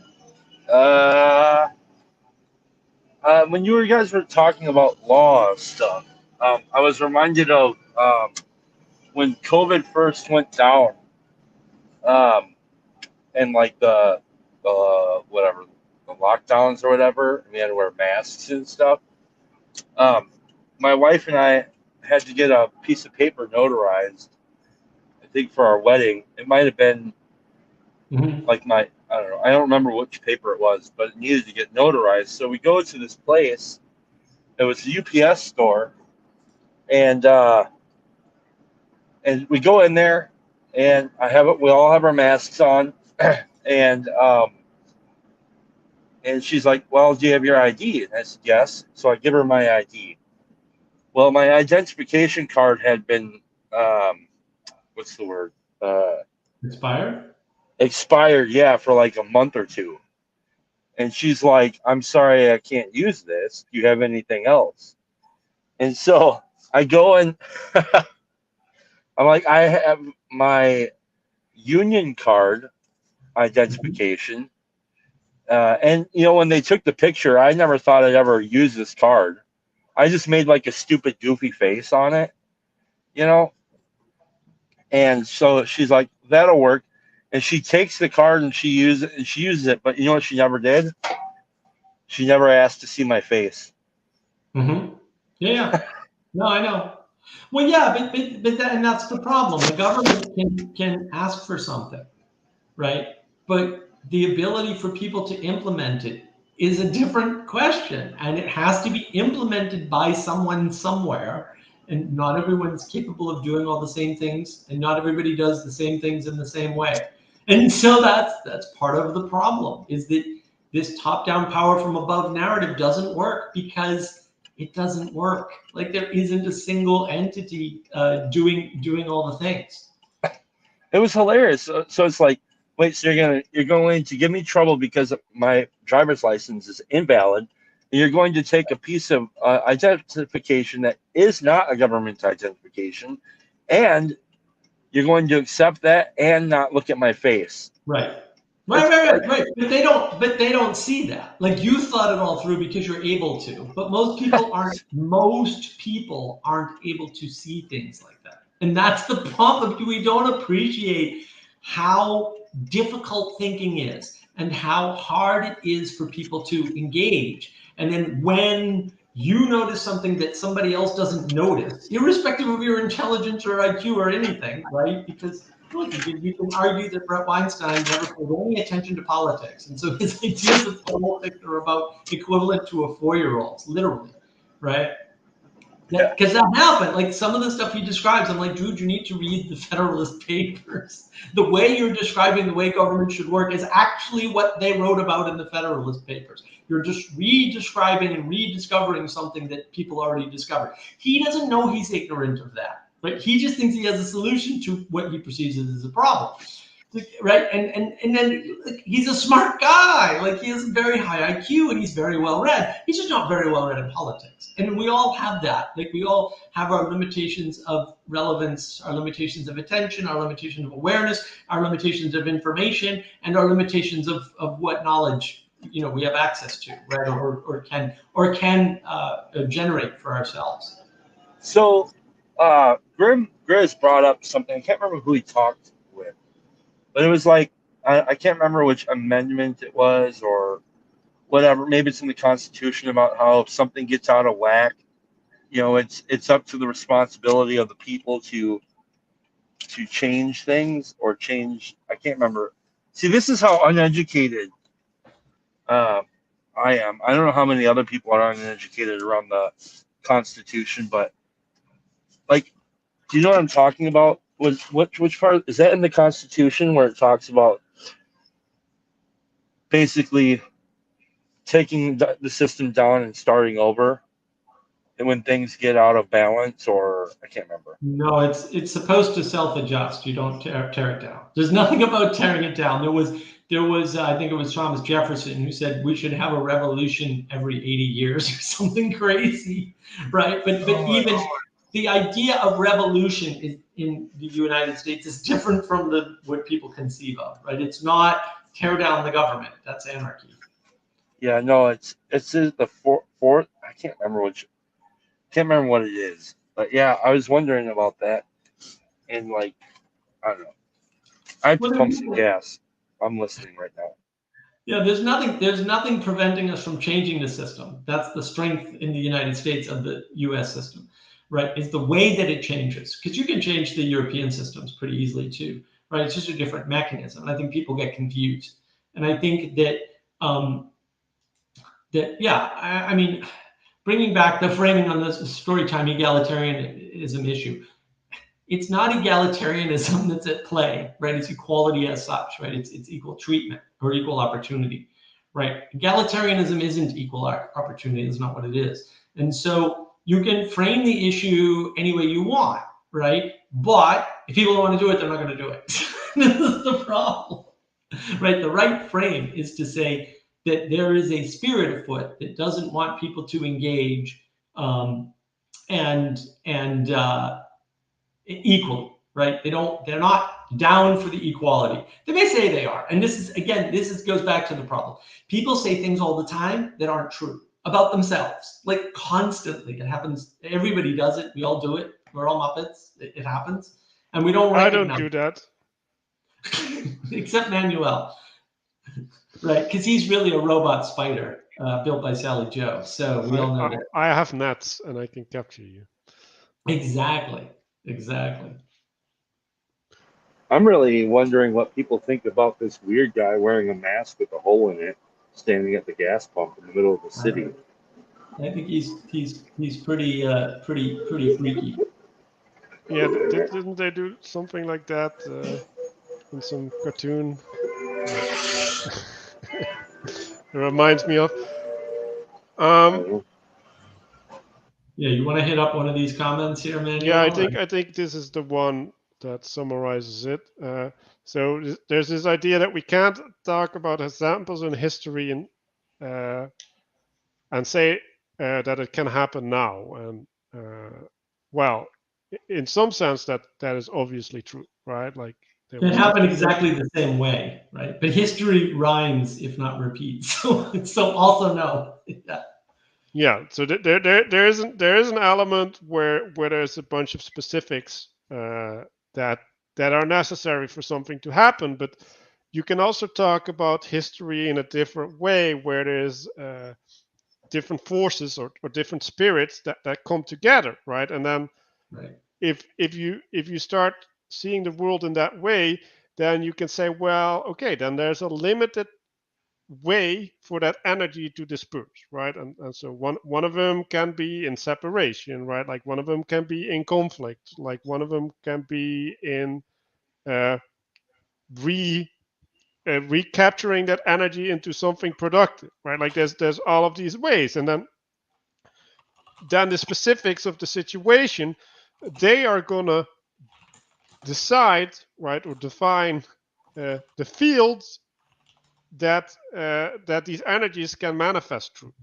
And then there's going to be individuals making decisions at crucial times that will redirect that energy into one direction or the other direction, right? So all of these things, they come together, and then that is how things happen.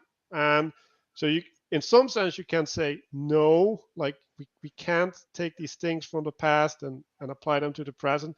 But in another sense, yes, right? And then what you have to realize is that there's a level of certainty, right? Like you're talking not with certainty, but you're talking about tendencies instead. Yeah, well, and it's the modern That's snobbery wisdom. that everything's different that is obviously false. Like everything is not different. A lot of the patterns that unfolded in the past are going to unfold again. And I think that's one of the things that people miss. They go, oh, look at the past 50 years, it's been great. It's like, well, yeah, but if you go back 100, it hasn't. And you can see these patterns over time. So that's part of the problem, is that when you're not engaging correctly with the patterns, you can always say, well, the implementation is different and therefore it's different. But actually, it's not different. Like, we're not different people fundamentally. We're not more rational. We're not more intelligent on average. None of that stuff is true, and none of it's backed up by any data at all, right? Just people like to say it over and over and over again so that they believe it. But it's not. There's a story too that I like to tell. So the British Museum has a YouTube channel. And on that YouTube channel, there's a guy named Irving Finkel, I think it is. But anyway, he's the director of antiquities or something like that, or he was. And he tells this story about the world's oldest game, which is not a game from Egypt. It's not Senet like I thought. It was this game called we now call it the Royal Game of Ur. And he says, well, the first time they found this game, they found one of these games intact. They were surprised that there was a drawer in the bottom of the game to hold the game pieces. And I'm like, why would anybody be surprised about that? Did they think the people that lived 5,000 or 6,000 years ago were retarded? Are they stupid? Like, they weren't stupid. Of course they knew how to build drawers and put drawers for pieces. Like, they're not dumb. Like, why would you assume that? But we have this snobbery about the modern era, mostly based on the fact that we're standing on the shoulders, not just of giants, but of average folk, and folk that are lesser than us, right? That built the past, that we now built our present upon, right? And those people had many of the same concerns, many of the same problems, many of the same philosophies, many of the same religious traditions, and many of the same struggles. And we're just not recognizing that. Well, yeah. Now that brings up this whole thing about, I think one of the most difficult things that modern people will do is accept their averageness. It's like, right. It's so, like, it's like, for me, that's one of my primary aims. Can I just be okay with being average? And the more I move into that, like, the more freedom I feel, and yeah, that's absurd. Like, yeah, the and hubris is ridiculous. Well, and I think what that leads to is precisely the problem that people have, which is they go, you know what, I can understand the world. My forefathers couldn't really understand what's going on, which is why casting things in history is dangerous, because sometimes people didn't see it that way, and you're just wrong about your historical conclusions, right? But I can come up with a frame to understand the world, and I'm just going to use politics, and I'm going to say the government controls everything, which is so obvious BS. The past 2.5 years hasn't proven anything to you other than the government has very little control. Any government anywhere in the world, very little control of their population. I don't know what to tell you. Masks weren't a thing in my state except for 90 days. Florida never did masks, or maybe they did them for a month or something. South Dakota never did masks. Like the federal government put a mask mandate in place and everybody pretty much ignored it. Like not everybody, but the vast majority of people ignored it, right? Like the control the government has is zero, basically, right? When the government does not reflect the people, there's a mismatch, and then they have to use force. But the government is a tiny number of percentage of the population. So their ability to use force is limited, right? This is all good news, by the way. You're not controlled by your government. You have a great deal of control over the government. So I want to respond with this, right? Like, because we're talking about tolerance effectively. And I think what is happening is people are over tolerant to everything. And part of the thing that they're tolerant towards is the government. Now, that manifests in the way that the government does a thing and they don't get a lot of opposition. But that doesn't mean that people are actually complying with what the government is doing or that they're agreeing with it, right? Like what's going on is they're at a place where avoiding the conflict or being part of the herd is being privileged over rebellion. And I think this is a consequence of affluence, right? Because if you're affluent, then you don't need to protect the things that you have in the same way as when you're not, right? Because you can find alternative means, right? So it's like, well, like I don't want to wear a mask, so like I'm not going to go to the pub drinking with a mask because that's silly, so I'm just going to watch Netflix, right? Like if you don't have Netflix, then that is a different decision, right? And so I don't think that the government is actually exerting control, but yeah, like there's this idea, right? Like that this recent generations, they're not properly in alignment to, well, yeah, you call them philosophical aspects, but I would argue that they're probably more religious aspects, right? Like where do you base your actions upon, right? And if you don't have a source of justification for your actions, right? Like you're going to place it in politics or in science, true politics or true science in politics, like one of those ways you're gonna Well, do it. really, it's all rooted in self-centeredness. It's like, yeah, the government doesn't need to have control when they weaponize, uh, like something like your lack of virtue.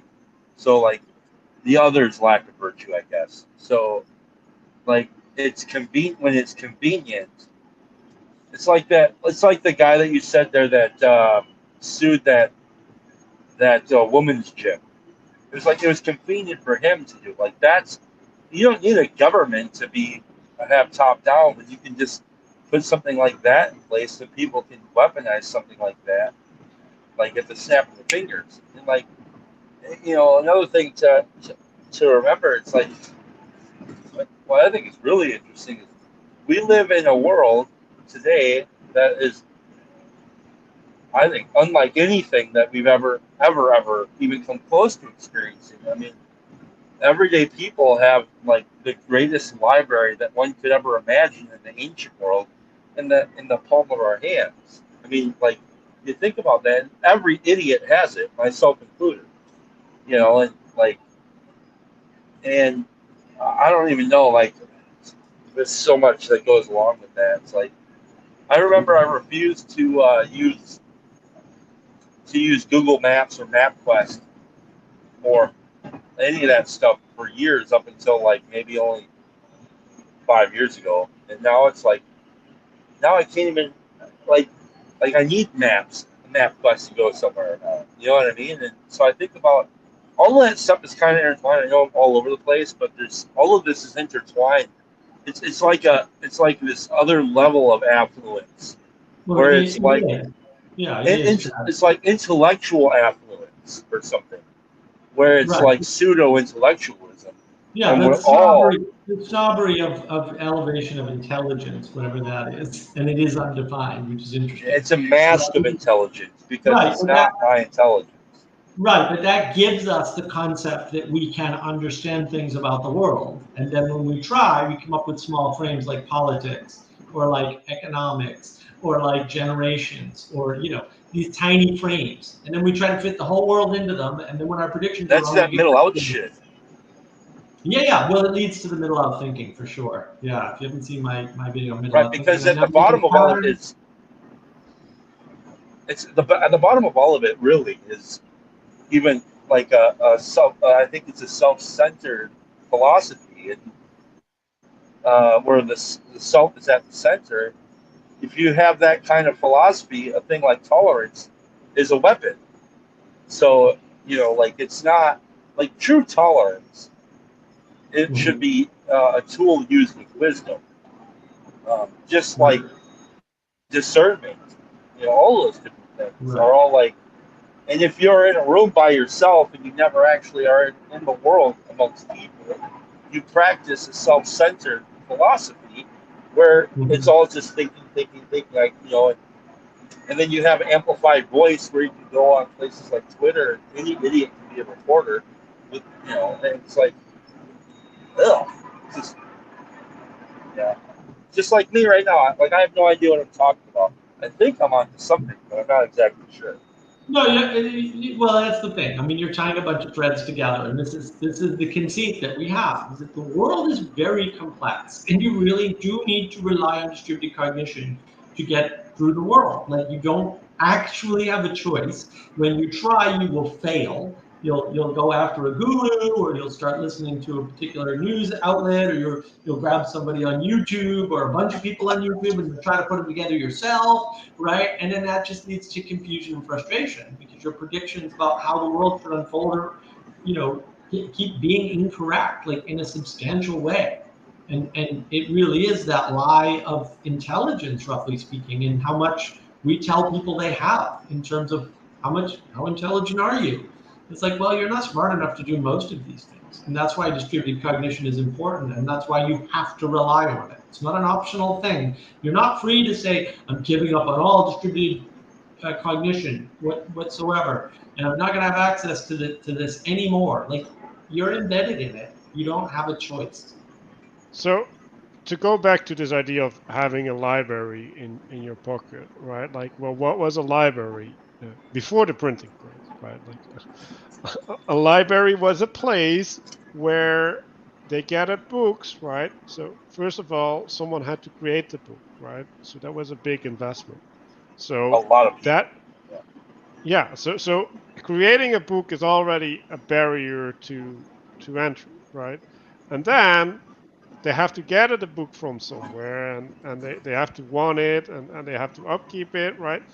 So someone has to value the book as well as the person has to value the book in order to create it, right? And and then they get organized in a place, right, in the library, so they get stacked in relation to each other due to relevance, right? Like there's all of these filters that happen that select the knowledge that is appropriate from knowledge that is less appropriate, and we don't have that on the internet, right? Like Yeah, and they would make sure that not every idiot got into the library that because as they'll well, burn yeah, it that down. as well, right? So there's a forbidden knowledge aspect as well, right? Like, oh, in order to properly relate to this content, you need to first know these things, and yeah, like that barrier is also removed on the internet. So Right. Well, I think yeah, we should address this. I like this comment from Nahama. In my view, the smartphone automatically obliterated the previously automatic boundaries discernment between work, home, government, and God. Now everything is up for question at any point in time. And I would modify that slightly. I would say it didn't obliterate the boundaries, but it allowed you to do that. In other words, it affords tolerance, right? And this is to the point. There's too much tolerance in the world, right? There's too much tolerance available to us, and making just decisions, right? Making judgments, which requires discernment. All of these processes, discernment, decision, judgment, and decisions, are cognitively difficult. They require a lot of hard thought, and thought takes a lot of energy out of us, and so we don't It's not want to do tolerance, it. though. Well, it is, but it is tolerance. Like It's, not yeah, wanting it's to not. decide about. We're not talking about tolerance. You're talking about. We're talking about social bypassing. It's not tolerance. Tolerance requires a real relation. You know, and No, like tolerance is the destruction that's of a what relation. what you're talking about is you're wiping a you're like a social bypassing. And like I don't agree with it, so I'm not going to look at all. Or or they're idiots, and so I shut my ears. And That's one side effect of it, Chad. But that's not what I'm talking about. I'm talking about I the don't, but ability to be tolerant. yeah, but that's not the ability to be tolerant and to actually be tolerant takes wisdom, and there's a real lack of that. And I don't think that what we're actually talking about is tolerance. It's like I said, it's some sort of bypass. No, the ability to be tolerant requires nothing. The ability to do tolerance correctly requires wisdom. And that's the problem, is that people are too easily able to be tolerant. And so they are being too tolerant and tolerant towards the wrong things. And then you get this stupid story hour problem. You get these other problems where people are okay telling other people to wear masks. And you get all of these other second order effects from all of that, because people are too used to being too tolerant about too many things, and they're able to do it because of some of this technology. And it's not Right, to right, blame, people. and I can link tolerance to virtue, because if you treat tolerance as a virtue, right, like now there's an imperative to express the tolerance, right, and I think that's what happens with the story arc, right, like there's an imperative to include those on the outside, right, because that's what you should do, right, because there's there's yeah, there Peugeot talks about this flip, right? Like there's been this confusion, right, where we're privileging. We're no longer seeing the boundaries, and now so the imposition of the boundaries is gonna cause stress, and therefore is associated with evil, right? Like there's a negativity that is implicit in and this is related to our feelings, right? So what is tolerance doing, right? Like it's privileging peace, right? So or the maintenance of peace, right? And it's no longer recognizing that if you tolerate things too long, peace cannot exist anymore, because now you have built up too much energy, too much tension uh, for these things to be stable anymore. Yeah, you're not correcting in the I, moment, right? I'm gonna start roboting really quick. I'm gonna start roboting quick. I want to say something quick before I have to kind of be quiet. So like, and tolerance, like in machining, tolerance is like the space between how far something, like when you machine a tool or something, you only have a little bit of tolerance, and if you can't go outside of those numbers. So that's what I mean by tolerance. Tolerance is within boundaries. Now, if you throw that, what's happened is the measuring tool has gotten so far out of whack. Now we're not in the land of tolerance. We're in the land of chaos. Mm-hmm. So keep that in mind that's how I understand tolerance. It's like there is understood, again, like the foundations thing, right? Like we understand what foundations we're on. Now, if we're in the desert, there's no foundations. You can't have tolerance out there. So that's what I mean by tolerance. Yeah, well, look, there's an aspect of being able to measure tolerance, but there's also an aspect of making it universal, right? Which is where you have a measurement, but you're ignoring that measurement. And you're saying, well, I know this person transgressed, but I'm not going to do anything about it. I think that's a fair way to think about it. And that's where the problem comes in. People don't want to admit that, yeah, we have too much stuff. It's too easy for us to avoid conflict. And rather than learning to conflict, learning to interface in a conflicting manner with people, we are allowing people to not do that, right? And then they don't have the skill anymore, and everybody else doesn't have the signaling that's required, and that's a problem. It's actually a huge problem.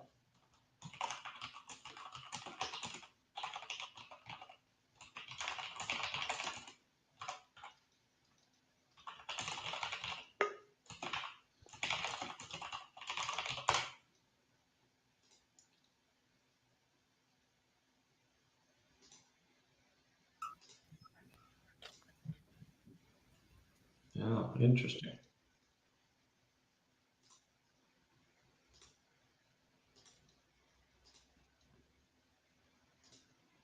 Well, Trolls. Trolls are no good. Being attacked by trolls in the studio. being childish. Congratulations. So yeah, like we seem to have a new generation of people that can't participate correctly with other people, and Right. Well, then they we're too tolerant of them. We should throw them off the internet entirely, which we could do technically. Actually, I'm a little surprised that Google isn't on that. They could do a lot better job. And that is, I mean, again, this is part of the enablement of tolerance, right? It's too easy to let everybody do whatever they want, whenever they want. It's too easy to let people join chats and join live streams, and it's very hard for one or even two people to sort of figure out, well, what are we doing, right? And how do we do it, right? And that's why I like the rule of no camera, no, you're not going to be here, right? And then you got to put your camera up first so we can see who and what you are, so you're not spamming the channel, because it's too easy to do. The barrier to entry is 0, and barriers to entry are annoying, but they serve a filtering purpose, and filtering is part of tolerance. Like, if you're not filtering for bad actors, you're going to end up not being able to get rid of the bad actors, because they're just going to keep coming. And they're very persistent, and they know how to do interesting things, but I don't think they're who they say they are at this point. Oh, poor Nick feels discriminated against. Well, we're discriminating against you, so that's too bad. If we could validate who you were, that would be different. But actually, there's a problem with validating people while they're sitting in the waiting area of the studio. And apparently you can fake the names, which I didn't realize. So you can appear to be somebody who you're not. It's like, very tricky. But that level of filtering is required. And when we're not filtering, you're running into problems. It's funny that we run into the tolerance problem right here. yeah, well, I think I made that comment that cigarette hole has some connotations in our culture that are of a sexual nature or of a more horror-like nature. Well, I like what Joey said here, right? When you stop realizing you're in a filtered environment, you start thinking socialism works in other silly beliefs. Exactly. Well, and the thing is, 0 of these people want to be in an unfiltered environment, right? Because they want to take advantage of your rules so that they can gain some control over the situation or exert some force over the situation, right? And you'll notice I didn't use the P word there. Because basically I don't believe it's appropriate, right? It's not power. It's a whole different kettle of fish. And I think that is the important part, is when we fail to filter, when we have too much tolerance, we're letting too much stuff in, and then you have bad effects left, right, and center.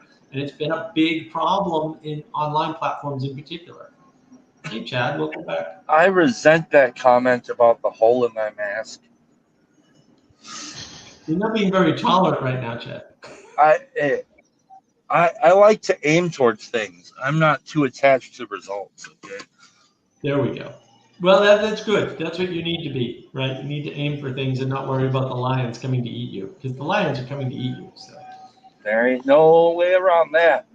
Paul Vanderclay calling out my nightmarish holy mask with smoke in it. you know Holy mask. he's got a holy mask, and the pastor doesn't like it. It's a little suspicious. Is he a real pastor? I have my doubts. This mask is the icon of worshipping cigarettes. Okay, like he's right. This is not tolerable under any church standard. The mask is going to be the vestments of the future. Of the future. You can drink your Slurpee through it. Hey, think about this. Think about this. The masks were typically used before the COVID thing in hospitals, correct? Mm-hmm. Yeah. The hospital is the church, the modern church. And how do we venerate the hospital? We're all made to wear masks. That's interesting framing. I think this is a good example of where framing can lead you astray. But yes, I actually rather like that. I like meta framing. Don't do this, so. chat. No, Paul has to put this on his video again. Was that Paul who was bombing this chat or this video link? Definitely it was definitely. We've now seen explicit pictures. He's exactly that kind of troll. No, somehow I don't think so. Yeah, but like we can't filter the trolling of Paul Vanderclay. Like we can't even filter that. Like I thought that guy was fired. Well, that may be. I don't think we really like going down that line. Well, he was just laid off. There's no reason to fire Paul from anything, despite what Jacob may feel. But yeah, it's all fine. Everything's fine. The only fire that Paul needs to deal with is the fire of purification. That's right. That's right. The holy fire of purification, indeed. I wonder if the Protestants have such a concept. Well, no, because then they wouldn't protest anymore. They're too tolerant. Maybe that's what's driving their protest is the fire of purification. They're constantly trying to purify the church, even though it's mostly already accomplished. We'll say, as Father Eric might say. I don't know. Well, do me a favor here once. So, like, you made this distinction about the protest, right? It's for something, right? Yes. So, what is the Protestant in that frame? A mislabeling. Yeah. Well, I think Luther's original protest was a valid protest. I think. I mean, I'm not. This is way out of my lane here, but I think it was a valid protest. I think the problem. And Luther said this. Like Luther wrote about this. Like what he did was a mistake. He realized that later because it caused a lot of death. And it was, it wasn't like the Catholic Church fought back and slaughtered all the. It wasn't a one-way thing. It was, and Protestants were fighting Protestants, and it was a mess. And Luther saw all that and was like, "Oh no, I shouldn't have done that stupid nailing of the thing to the door." And now look where it led, right? Because you don't know where things are going to lead. Yeah. Well, yeah, and that's a lot of that's out of his hands. Like, so just because you hammer some 95 theses to a door doesn't mean some assholes down the street isn't going to take and print a bunch of this stuff. Right. Well, it's are you going to take it to heart? Right. That's the first discernment, and then what are you going to do about it? And there's lots of things you could do about it. So this is a good question. Could you be unintentionally or intentionally advocating for intolerant bubbles? Well, no, I'm not advocating for bubbles. Because what is a quote bad according to one bubble is different from what is good. Yeah, look, these are perennial problems. Like, your idea of bad and my idea of bad are going to be different. And one of us is going to be more or less correct in some frame, and in another frame, it'll be the opposite. Like, that's going to happen. These are not straightforward problems. You can't just sit there and say, I know we'll all be tolerant to a level of 4. That's the tolerance level we need. And if we're all 4 tolerant, you can't do that. It's not a universal. That's why we're working it out through government, through the religion, right? By making these changes. Protestantism, I'm sure Pastor Paul would love to hear this. Protestantism did some great things and fixed a bunch of bad stuff in the Catholic Church, for sure, right? Does that justify all the death? That's a tougher question, right? The Protestants better believe the answer is yes, by the way. But whatever, like I don't have an opinion on any of that. I'm just saying there's lots of considerations. You can't just boil this stuff down. And it's not about bubbles. We are all in bubbles and always will be because our cognition is limited. And we have to pick which groups we need to be part of or are going to be part of and which groups we're going to exclude, right? We can't have full tolerance for everything because we can't track everything. We can't even track a lot of things. The Dunbar number is allegedly what, 150? And you can argue, well, the Dunbar number over time is 1,000. Yeah, maybe. I don't care. It doesn't matter. The things you So can you're track. saying the tolerance between the Dunbar number now is between 150 and 1,000. No, Well, no, no, no, like- no, I'm not saying anything like that. I'm saying that Don't take it seriously. The Dunbar number is just to say that there's a limitation to what you can deal with. Like that's well, all and it's there's saying. Same thing. there's two Same thing with limitations. tolerance. But there's two important limitations. There's the limitation of what you can do in the moment. In other words, how many friends can you actually call? It's not 1,000, right? You can't call 1,000 people every month, or most people can't. So are they your friends? But over the course of your life, have you had 1,000 friends that you called? Of course you have. Like, like that's not, or of course it's possible, right?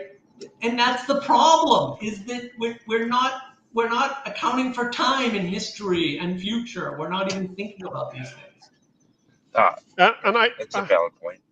I want to talk about these bubbles, right? So first of all, right, like when we talk about bubbles, we're effectively talking about structures without structure or something, right? Like, which is again really Protestant way of being, right? Like, oh, we don't want to build this constriction around about this identity that I have, because that's what a bubble is, right? Like it's a shared identity, and so when you have a shared identity, you need to protect that identity from the outside, because if there's too much influence from the outside, it's going to lose its identity because it's going to become something else, right?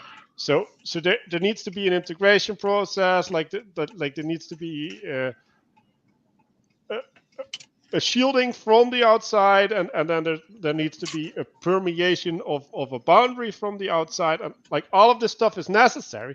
And depending on what point in time for the same bubble, those things are going to change. Like so even for the same bubble, like this is not a permanent condition. And then, well, these bubbles have different functionalities. So the fact that they're having a different functionality means that they should have different shielding from the outside and different coherence of identity, right? Like how strong do I need to maintain that identity in relation to my other identities, right? Like, so for example, if you're a father or a mother, it's really, really important to maintain that identity, else your child is going to starve, right? Like that it's not an option to release yourself from that identity for an extended period of time. And so, like, all of this bubble stuff, it's like, no, it's healthy to have bubbles, right? And so the problem with bubbles is if you take the rules from inside the bubble to the outside of the bubble and expect people to cohere to those rules, right? Because now you're transgressing with your impositions of the norms and values that you want to relate to the world with. Like you at that point, you lose the authority, right? Like there's a But I want to focus on this because actually Bizzini has a perfect example. The Green Bay Packers fan club is intolerant of Bears fans. No one sees a problem with that, right? So we keep focusing on, well, bubbles are a problem. No, bubbles are not a problem. Right? There are problems with bubbles which are inevitable because bubbles are inevitable, right? But not all the things about bubbles are bad. And this is where we get stuck. We see a bad thing, and therefore we must eliminate. That's purity or purification, or it's puritanical thinking, right? And it's wrapped up in perfection. We're not living in a perfect world, and we're not perfect people. So the idea that we're going to be living in a perfect world is nonsense. So you can't have perfection as your standard. You have to have some discernment around what you're willing to tolerate and what you're not willing to tolerate. And because things have to change, right? But that is the problem. There are plenty of bubbles that are positive. Sports bubbles are an excellent example. Like that level of conflict where you have Boston versus New York, which is probably the most famous, right? That is wrapped up in a history that goes all the way back before the country was a country. Like literally, this is just the Puritans hating on the Dutch at the end of the day, right? And then they had a more of an excuse when the stupid Dutch people got wealthy when they dredged their harbor in the late 1800s, right? And then that caused more wealth than has ever been caused on the planet before or since, by the way, right? That was the golden age, the robber barons, all that. That was in conflict with Boston because before that, the wealthiest man in North America was John Hancock, right? It was right. All the money was in Boston until right. So now there's more reason to hate New York City. The nouveau riche, that's where that comes from, right? And now that tension gets resolved continually over and over again in the New York Yankees versus the Boston Red Sox, right? And all these other teams that are sort of battling in a proxy war to decide who's on top this year, roughly speaking, right? And So there's nothing wrong with that. That's perfectly healthy because the alternative is war. So can we really say that Protestantism was a bad thing? I mean, let's keep it real. You just said that all of that caused the greatest wealth in the world ever, and we're all like swimming in that right now. So that's hilarious. But I gotta hop off pretty soon. But I was thinking we should rename this video "Bubbles, Boundaries, Foundations, Frames, and Tolerance" or something like that. And bitches. Damn it! I tried to say bitches and then leave, so I won't do that again. Sorry if I've offended you. Bye bye. See ya. He can find his way out in the waiting room. I'm not talking that stuff. Yeah, we should have helped him out there.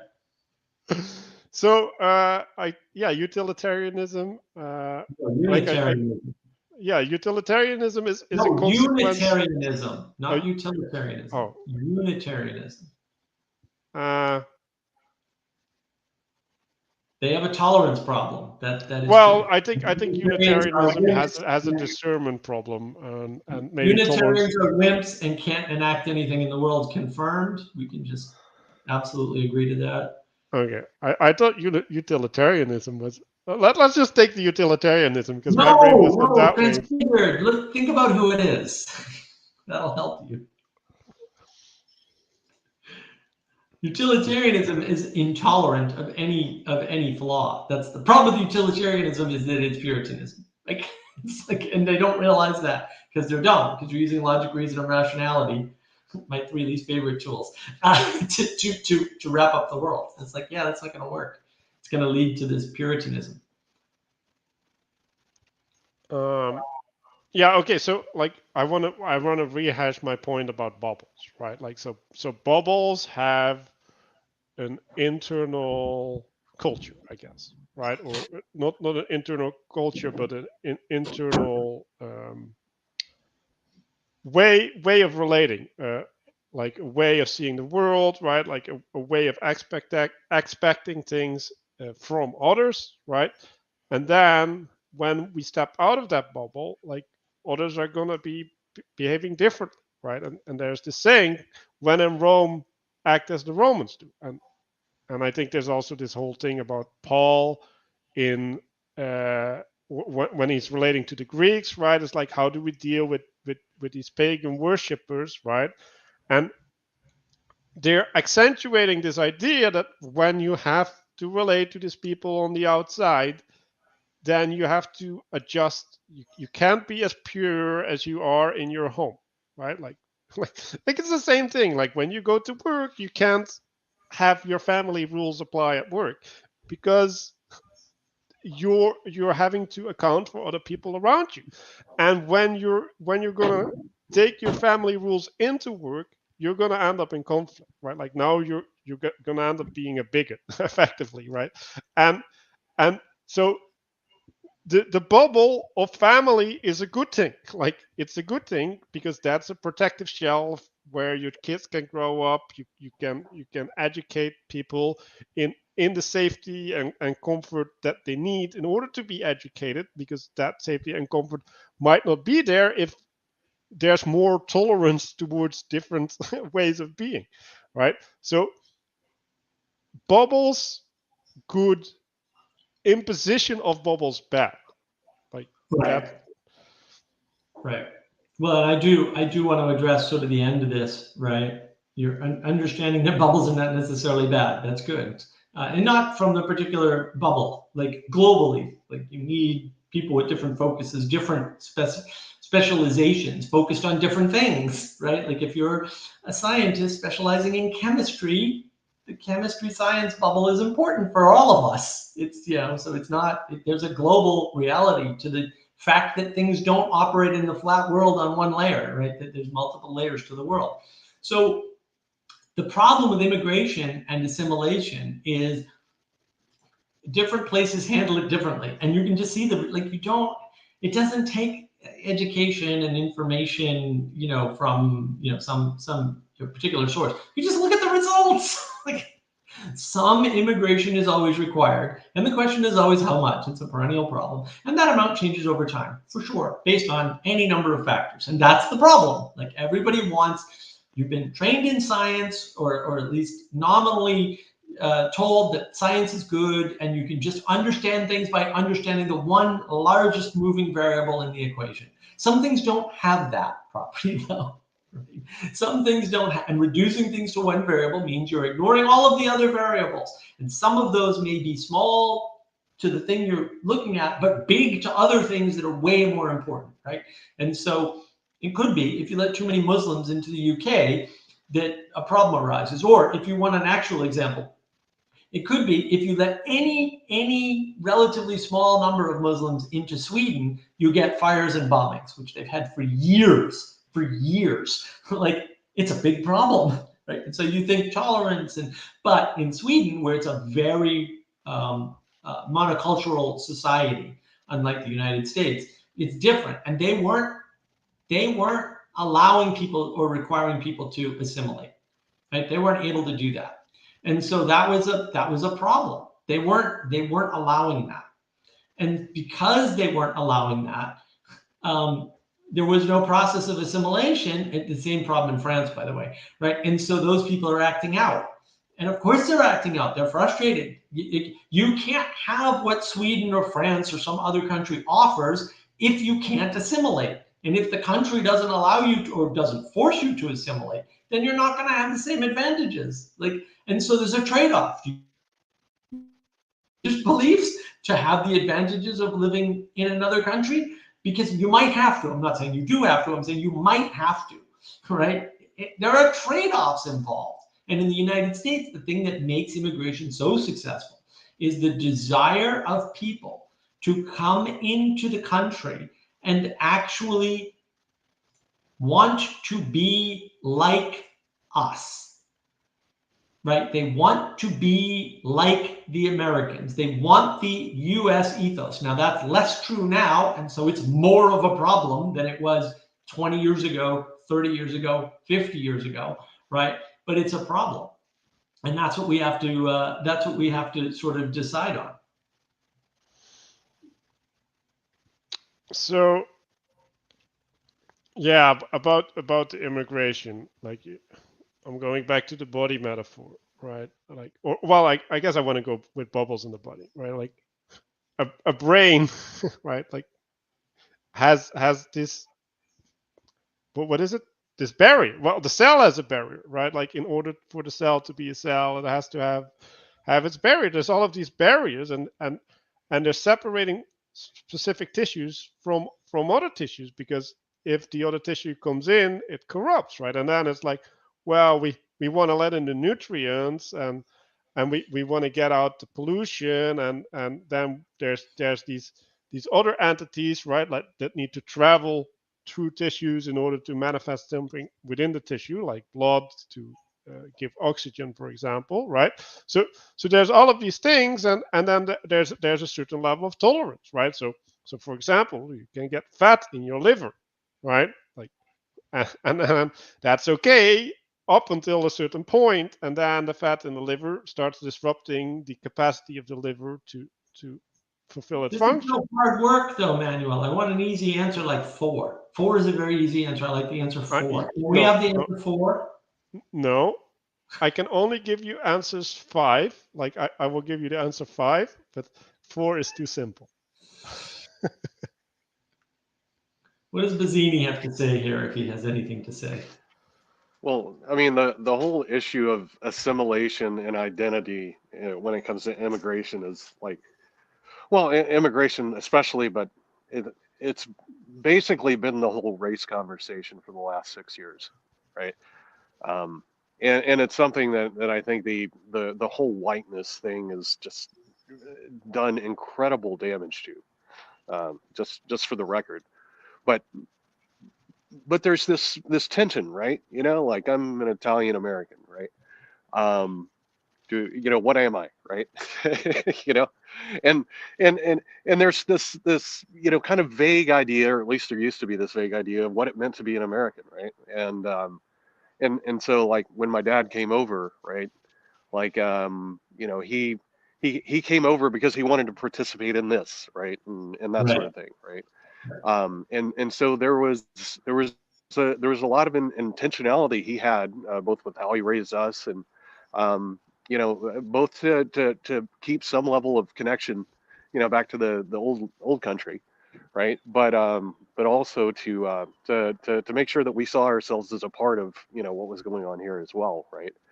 And Right. so there's it's that idea of uh, you were saying it a different way, but the best way I've heard it described was, of course, Pageau and his fractals, self-replicating fractals, right? I'm an Italian slash Texan slash Christian slash, I mean, like, okay, I went to a certain university. I've got all these identities, right? And in some sense, I belong to all sorts of communities, right? Mm-hmm. And kind of Oh, all of bubble. that is part of who I am, right? Right. Um, Right. yeah, That's but what you're doing. yeah, That's what you do. You manage the identities that you have and that will have conflicts in other spaces because right, at some point, you've got your kids and they've got this event and they really want you there, but you've got work and they have a requirement. And at some point, you have to be able to, decide between which identity is more important in that moment for that thing, and if you only have 2 identities conflicting at one time, consider yourself lucky. yeah. But the where we've gone wrong with it in terms of multiculturalism is to say that there's no such thing as a national identity, right? Right. Because Exactly. we've decided nationalism is bad, right? We decided it's a Right. dirty word, right? Mm-hmm. And in the process, basically what we've said is the idea of a national identity at all, right, is a bad thing. And Right. essentially what we've implicitly done with that is basically said we don't want to have a common identity. We don't want to have anything in common with each other, A right? foundation, to go back to Chad's thing. We don't want to have Yeah, a yeah. common foundation on which to build things. And then we wonder why we can't get along and build things together. I don't know. This is a real brain teaser for me. It's as clear as day. And Yeah. and So and it's so we well, when yep, we're talking about a shared identity, right? Like that identity forms a bubble, right? Like it's a thing that judges, right? Now people are going to be excluded, right? And now we can't be tolerant towards some people, right? So that's the problem that everybody is identifying. It's like, yes, people are going to be left out if we say we are a thing, because there's people who are not that.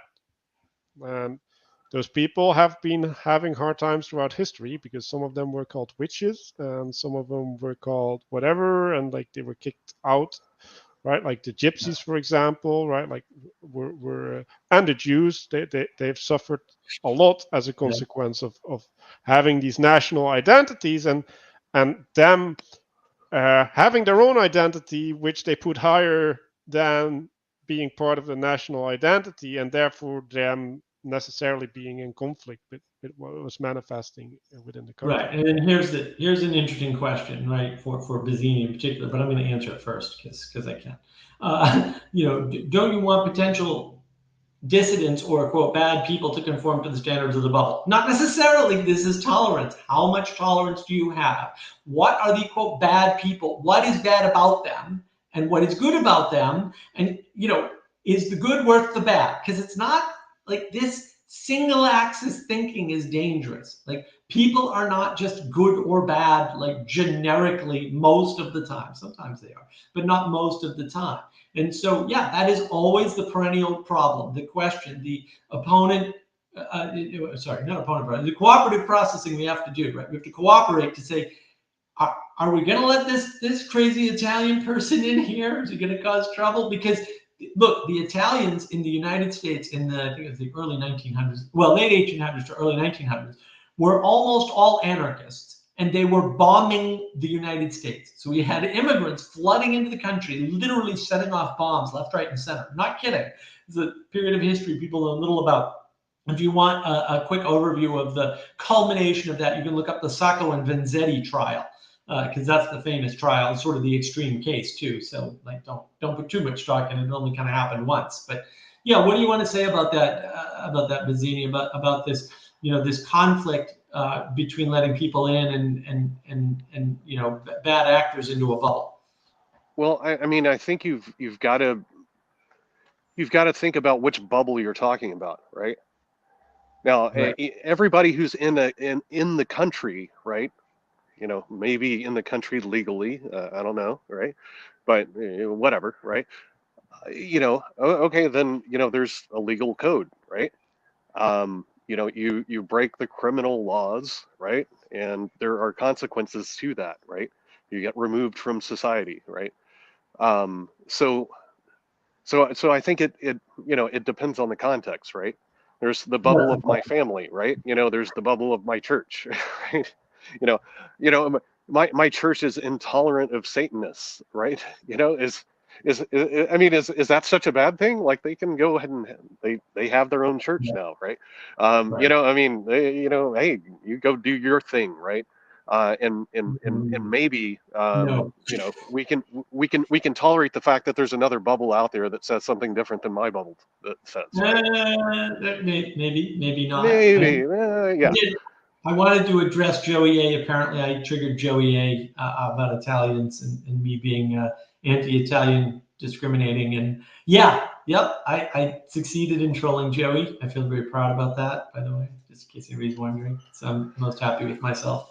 But the discernment's the problem, and that's really what we're talking about. What bubbles are we going to tolerate? What are we going to tolerate inside our bubble, right? And why? Like, we have to know why we're doing this. Why are we letting somebody onto our Discord server that just wants to, make things different from how they are? Why would you tolerate that person? It's a good question. Maybe you will. Like, maybe the Discord server's dead and you need a re-injection of energy, and this person, although they're destructive, bring a lot of positive energy into the situation. I don't know. Like, you can't, it's not, these things are difficult. They're supposed to be difficult. You're supposed to use your brain. Everybody wants to be rational. Here's your chance. Things are hard. You can be rational about all the hard things instead of trying to oversimplify, overreduce, make them political or mere economic or whatever. Well, and I think it's also important to realize that when we're talking about these processes of removing people, these are high cost procedures, right? And I've always been thinking about all this re-education in jail and stuff, right? Like that's all recent. Well, one of the reasons that it's recent is because it's costly, right? Like it costs society a lot, and you need to have an affluent society in order to sustain these processes, right? So previously you just kind of had to kill someone or banish them or whatever, but like if you banish a murderer, like he's going to end up at a different place, right? Like is it okay to let them deal with the murderer, right? So there's a way in which the affluence allows different solutions to the same problem, and when you're talking about something like a Discord server, a church, or like a small company, like there's just a limited capacity to handle problems. And sometimes it's better to just not take the risk of having to handle the problem than to have an infrastructure that has to deal with the problem. And so it letting people in is not only decided by what you can do, but it's also like, do you want to take the risk? Like there's an engagement with the world, right? Like if you open your family house to the people living on the street, they're gonna bring things into your house. And like, are you willing to deal with all the mess that comes from that, or do you want to keep a clean house and say no, like it's not appropriate for these people to enter my house? Or it doesn't have to be a person, right? It could be a device like Set, a little hat tip to Grim Grizz, right? Like, yeah, you can have a TV or you can have cable. I don't have cable, right? You can have these things, but what are they affording you?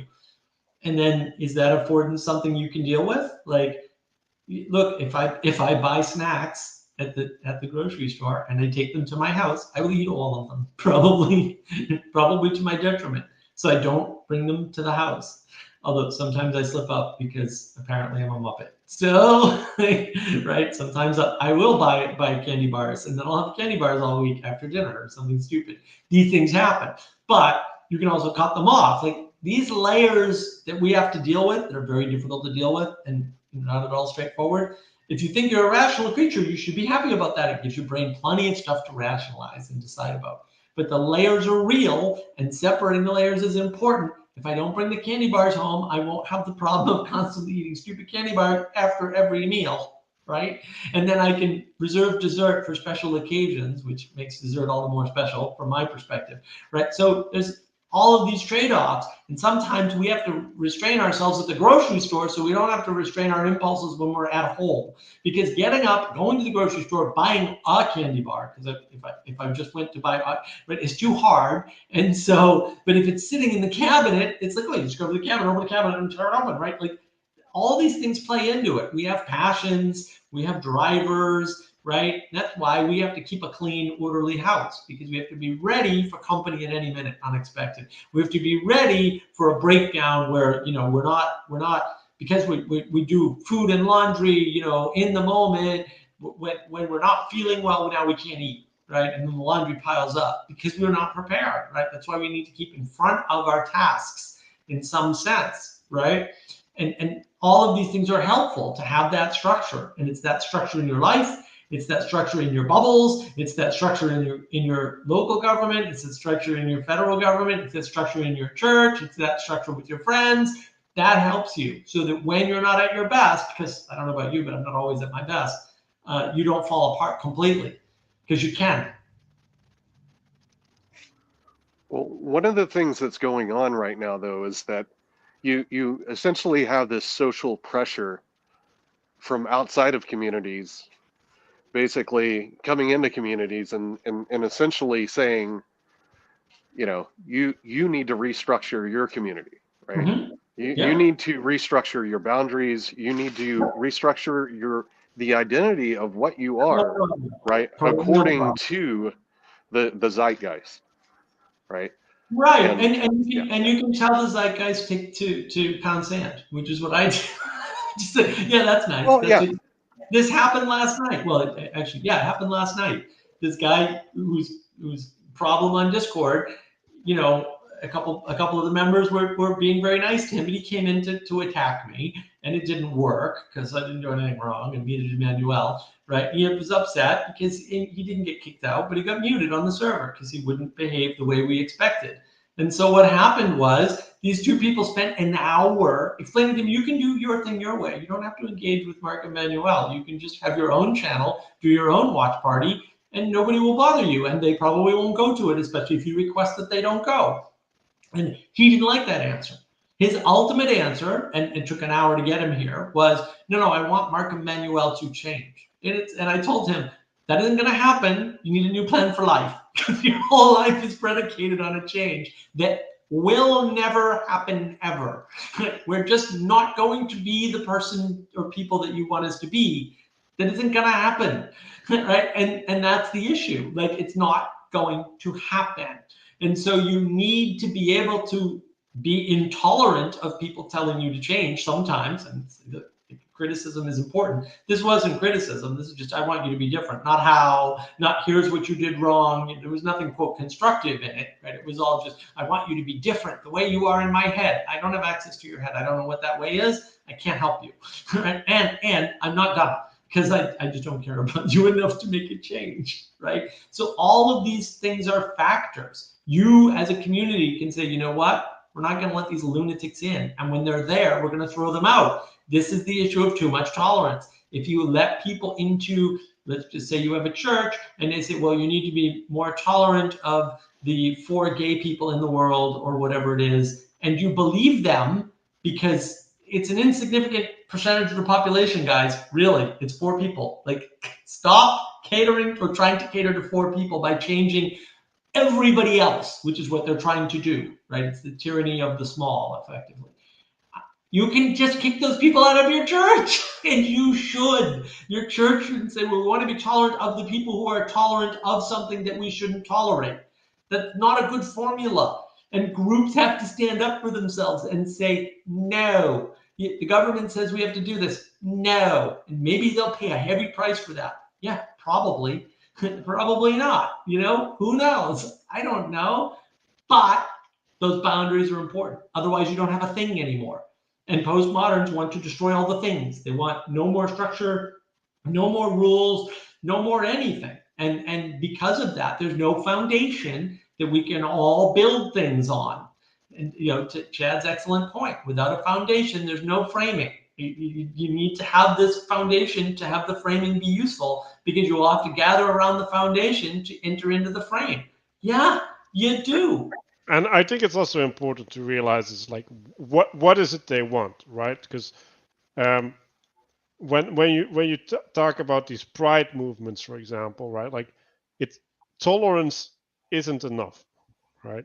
Because tolerance is, well, is in some sense the suspension of judgment, right? And I would even say like in some sense it's maybe mercy that they're left to do what they want, right? And then because they're in a state of mercy, that is effectively having the implicit threat of having that being revoked or something, right?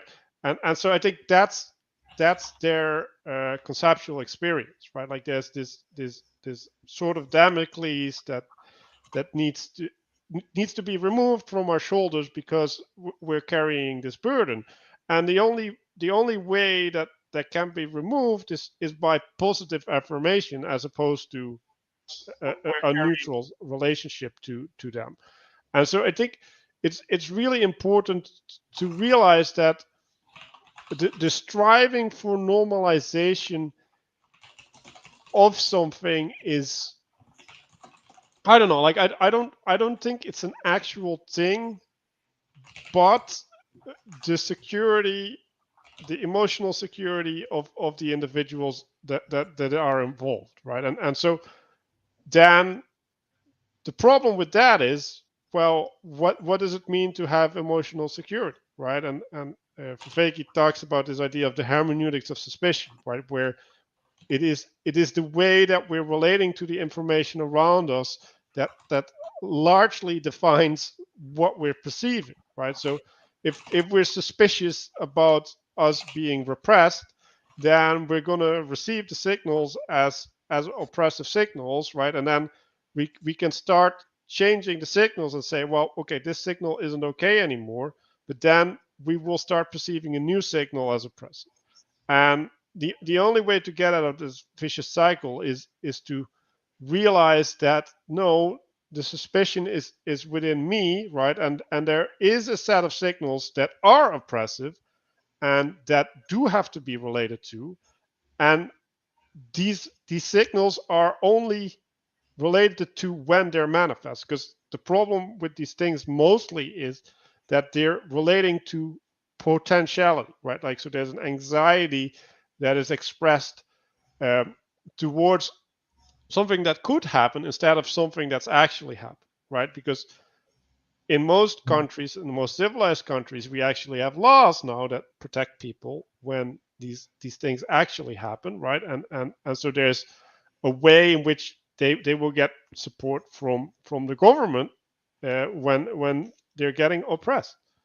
Right, right. Yeah, we keep pretending like oppression is some, universal and really big problem. Sometimes it is, but not most of the time. And like most of the time, look, Brett Weinstein might say influence is our biggest problem, not oppression, and he might be right about that. Like that, I don't necessarily think that's incorrect way to think about it. I think I have better ways of thinking about it, maybe, but like maybe oppression isn't the big problem right now, but influence is. That's possible, right? Or maybe the big problem is incompetence and not oppression or influence. That seems more possible to me, right? Or maybe all three are equally contributing to a problem. Yeah, maybe. And who am I to judge that? Like, to some extent, I can't. To some extent, I can, and I can make claims about, well, maybe this is the problem. We just, and I do want to address sort of Joey's thing. Most communities are lacking ideas, guys. They have too many contributors and not enough critics. And this is especially true for internet groups. Yeah, I mean, the problem with the internet groups is that most of them aren't groups. They're spaces, and then people get together. And then those people get together around, we'll say, one or two issues or along one or two axes. And then they don't have enough intimacy with one another. And that's the problem. These people don't sort of understand that there's more to a community than a single issue, right? A healthy community has more than one axis of agreement, right? Which is not to say that things that are, we'll say, only about Dante aren't valid, quote, communities. It is to say that they aren't rich and able to be generative. So that's what you have to kind of be careful about. Well, and it also part of a community is implicitly is going to be a sort of morality that's specific to that community, right? Mm-hmm. So just like you were talking about the Vervaeke server, right? There's kind of a way of being that goes with being a part of that server, right? And so like when I'm on that server, it's a little bit different than a different server that I'm on, but you kind of, like, once you get a feel for that, right, then you will also understand that to kind of go against that, right, is in some sense to violate the community. And if you have a yeah, community, right? The Vervaeke server never had a community, right? Because the only thing we had in common were John Vervaeke's work, but there's 5 or maybe 7 different aspects to his work, and people were interested in different pieces. So even if you have 10,000 people, if they're all interested in different of the 5 pieces, and it's not much of a community anymore because it gets watered down by the splitting. Right. Yeah, and but I guess just all I was really trying to get at is, so we were talking earlier about, like, kind of the government laws and restrictions and stuff like that, and yeah, and sure, but there's things that you can do in other contexts, right? Like we were talking about, right? That would effectively violate your relationship with that particular community, right? Mm-hmm. And that should be called out, and maybe you should be kicked out of the community if you do that, right? And maybe that's not a bad thing, right? No, it's not. This is exactly. This is the argument I made to Paul on Friday in the Q&A. Like, too much tolerance is a bad thing. You should think more about tolerance, when to apply it and when to withdraw it, right? Because it's not about you, although it's also about you. You're denying other people their sanity, their ability to know tolerance, to apply wisely the tolerance principles. You're denying the distributed cognition the sanity to work this stuff out. So the more tolerant you are, the more, the closer you get to war, right? The more problems you personally have and the distributed cognition, the community has, to understand when to take action, when to discern, and when not to. So you've got to exercise your tolerance by being intolerant. Otherwise, tolerance doesn't make any sense. So we were watching this IT guy, of this AI guy, and Peterson and yeah, and Peterson and Peugeot were really tolerant towards that, right? And way too tolerant. And one of the issues that I have with people often is they don't realize, right? Like when we're here on stream, you have a different relationship to me than when you talk to me privately. That doesn't mean that I like you less or more on the stream, but what it does mean is that the rule that I enact towards you is going to change, and like I'm going to slap you on the wrist on the stream for something I would tolerate without issue in a one-on-one relationship. And well, why do I do that? Well, the reason is because when you do something on the stream, there's a bunch of people watching. And as a consequence, what you're saying is not only affecting me, but it's affecting a set of people, right? And so when we're talking about being tolerant, where you can tolerate a lot more things in your personal space than in a group.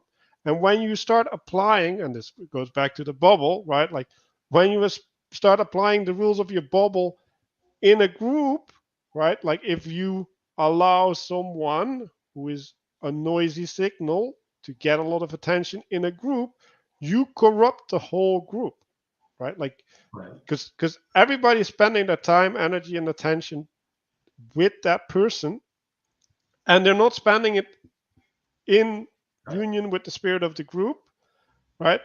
And the group manifestation itself is frustrated, right? Because like there was a purpose for the gathering, and now that purpose is not manifesting. And so like this is one of the criticisms I have towards Paul, and like not even Paul, right? Like I have it to Jordan Peterson and Jonathan Peugeot. Like they let this idiot, like a literal idiot, although he apparently works with AI, which is also amazing that idiots can do that. But they let this idiot talk for an hour and a half as a supposed expert on stuff, and he was just spouting bullshit, like literally.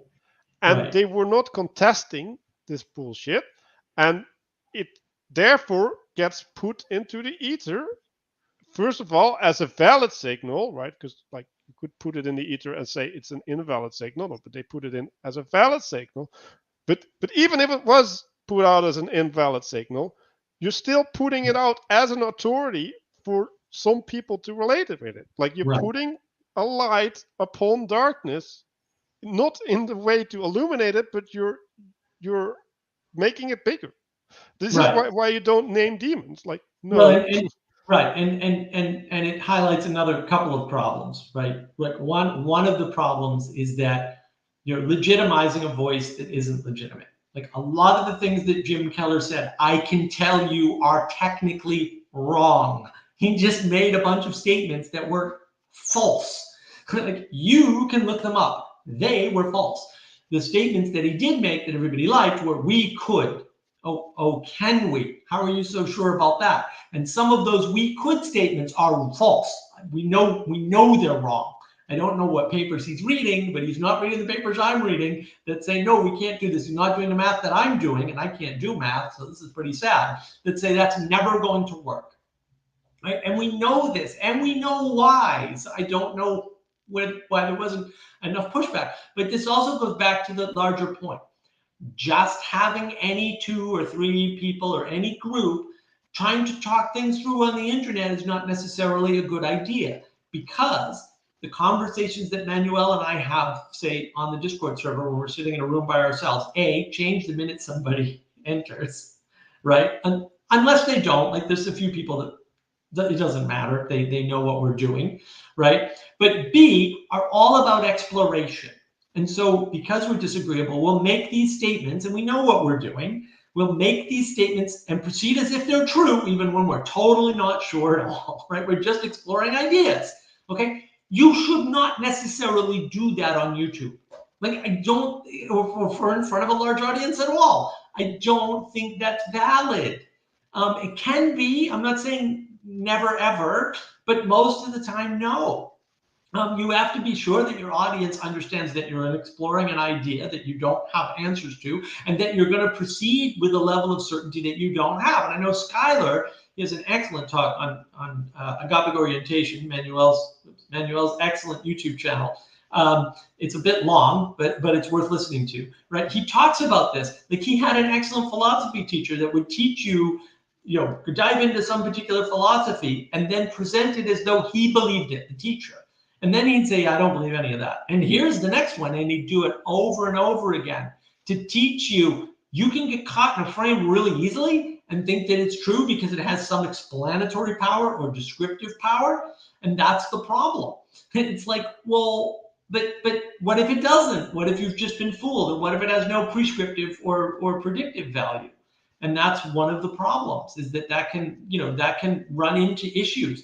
You don't want to boost those signals to people who aren't ready to hear them and don't understand them. And you don't want to boost bad signals like Jim Keller. Jim Keller just made up a bunch of stuff. He said a bunch of stuff that we know is not true. He actually did. I was furious. I was actually furious. I was like practically screaming. I was so angry that anybody would take my beautiful profession and just lie about it left, right, and center. I'm sure he didn't know that was what he was doing. But it doesn't matter. You can't let people like that go uncontested, because it does give a bad signal.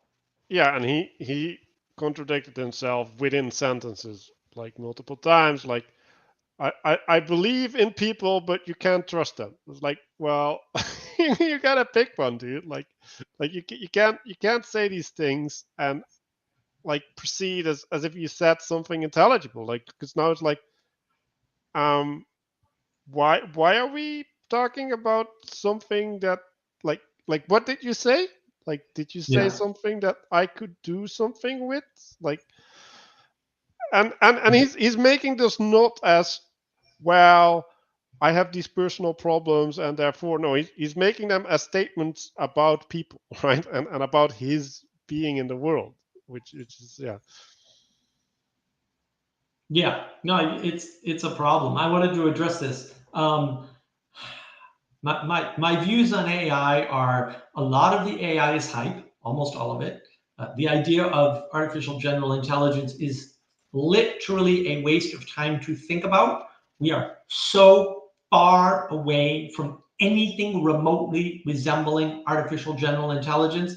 It's not even funny. A, we don't have a definition of intelligence. B, we don't have a definition of what general intelligence would be. And so C, we can't measure it. So how would we know that we achieved it? We wouldn't. Okay. One of the statements that Jim Keller made is that, the AIs we use today map the brain. No, they don't. We know that they don't. Right. So you can look at the work of John Vervaeke, for example, in 4E cognitive science. They have 4 types of memory. How many types of memory does AI have? Actually, close to 0. You can make an argument for non-zero with long-term memory, LTSMs. You can make some arguments about that, and RNNs kind of have a short-term memory, whatever, right? But they don't have 4 types of memory, okay? We're not mapping the brain. Right? Neurons have multiple in-out connections, okay? Neurons and neural nets do not have multiple in-out connections. You can simulate that through deep learning, which is what Geoffrey Hinton did in the 90s, big breakthrough, University of Toronto, very good stuff, love his work. Also, he used different algorithms, right? So, like, you'd have to be a real technician to know all this stuff, and I happen to be somebody who's been into it since, the 90s. So I actually do know most of the history and all of that stuff. A lot of the stuff they're telling you is bullshit.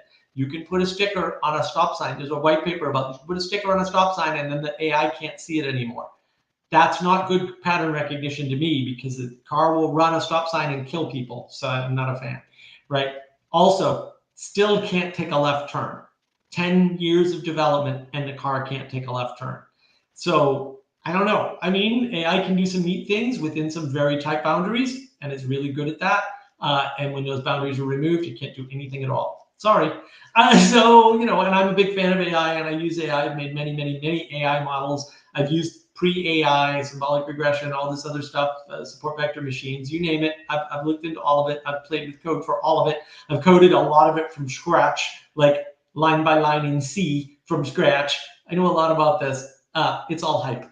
right? Which is not to take away from what it can do. It's obvious. Like AIs are really good at recognizing faces now. In fact, they're really good at recognizing people from behind better than humans. But there's some downsides to that.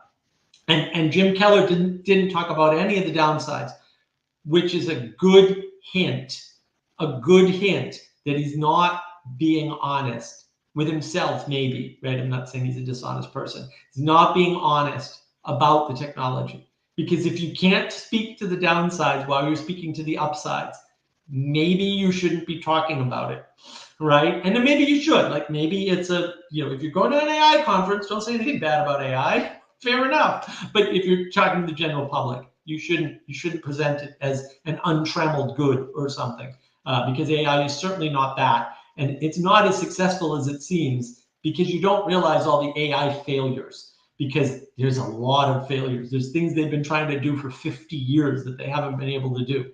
And they just don't talk about that. And like, fair enough. But you should point out that it's not all win, win, win, win, win in AI by any means.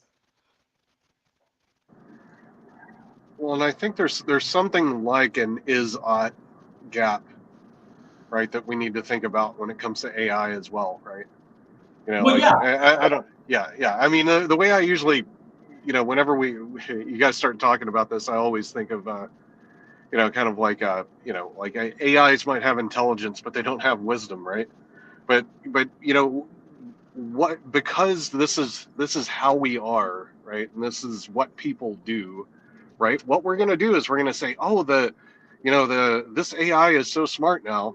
So let me ask it a question like, what should I do about climate change, right? Or what should we do about euthanizing, the disabled, right? Whatever, right? We're going to start asking it questions that we have, that first off, like even scientists shouldn't be asked, right?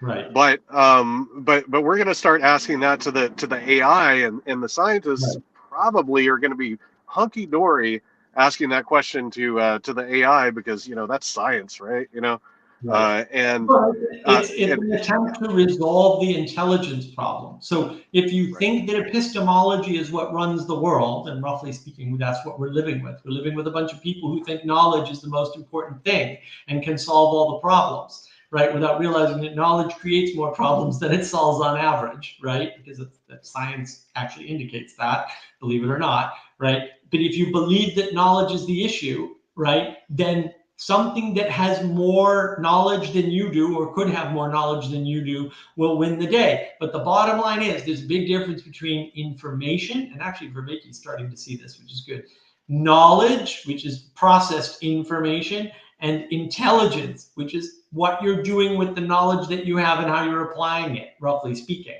right? And when you don't have a sophisticated model like that, that's very complicated and perhaps even complex, then you're missing the real problem. And I like Mohammed's comment here, right? Other than actual pragmatic application, my theory is that the whole AI thing is a limerent fantasy to escape our own lives rather than take responsibility and fix our own damn problems. Right. We want to outsource the problem solving for the things that some people might call them egregores, right? For the spirits that are moving us. And we want a solution, and we want one solution. And we make this deep confusion, and I wanted to mention this earlier, right? Between things that work at scale me, one person, and things that work at scale many people, right? And there's more than one of those problems all the way up the stack, right? Ways you can solve problems for yourself are not the same as the way people can solve problems in a group, which are not the same as a family, which are not the same as a state, which are not the same as a federal government, which are not the same as the world. And so when we go, aha, I have an answer. I know how to solve climate change. I will drive an electric car. Okay, that only works for you. It doesn't work for everybody else. It can potentially maybe work for everybody else until you scale up and realize we don't generate enough electricity in the United States to do anything like that, right? And even if we did, we can't transport that electricity. So we're not all getting an electric car. That cannot physically actually happen in the material realm, right? And so that solution doesn't scale. it's also not the best solution to the problem, but that you can see the way in which a solution that could work for you individually and get you out of your personal guilt about harming Gaia or whatever, hurting the earth, right? Doesn't work for everybody, and it doesn't work for everybody all at once, and it's not necessarily a thing that everybody can do. And so, all of these things are big problems. Like, your ability to solve a problem a certain way doesn't mean anybody else can engage. I think we want to take the word technology serious, right? Like techne logos, right? Which is like, it's like an interface to relate to to the world, right? And so when we get a better interface, right? Like, we extend our capacity, but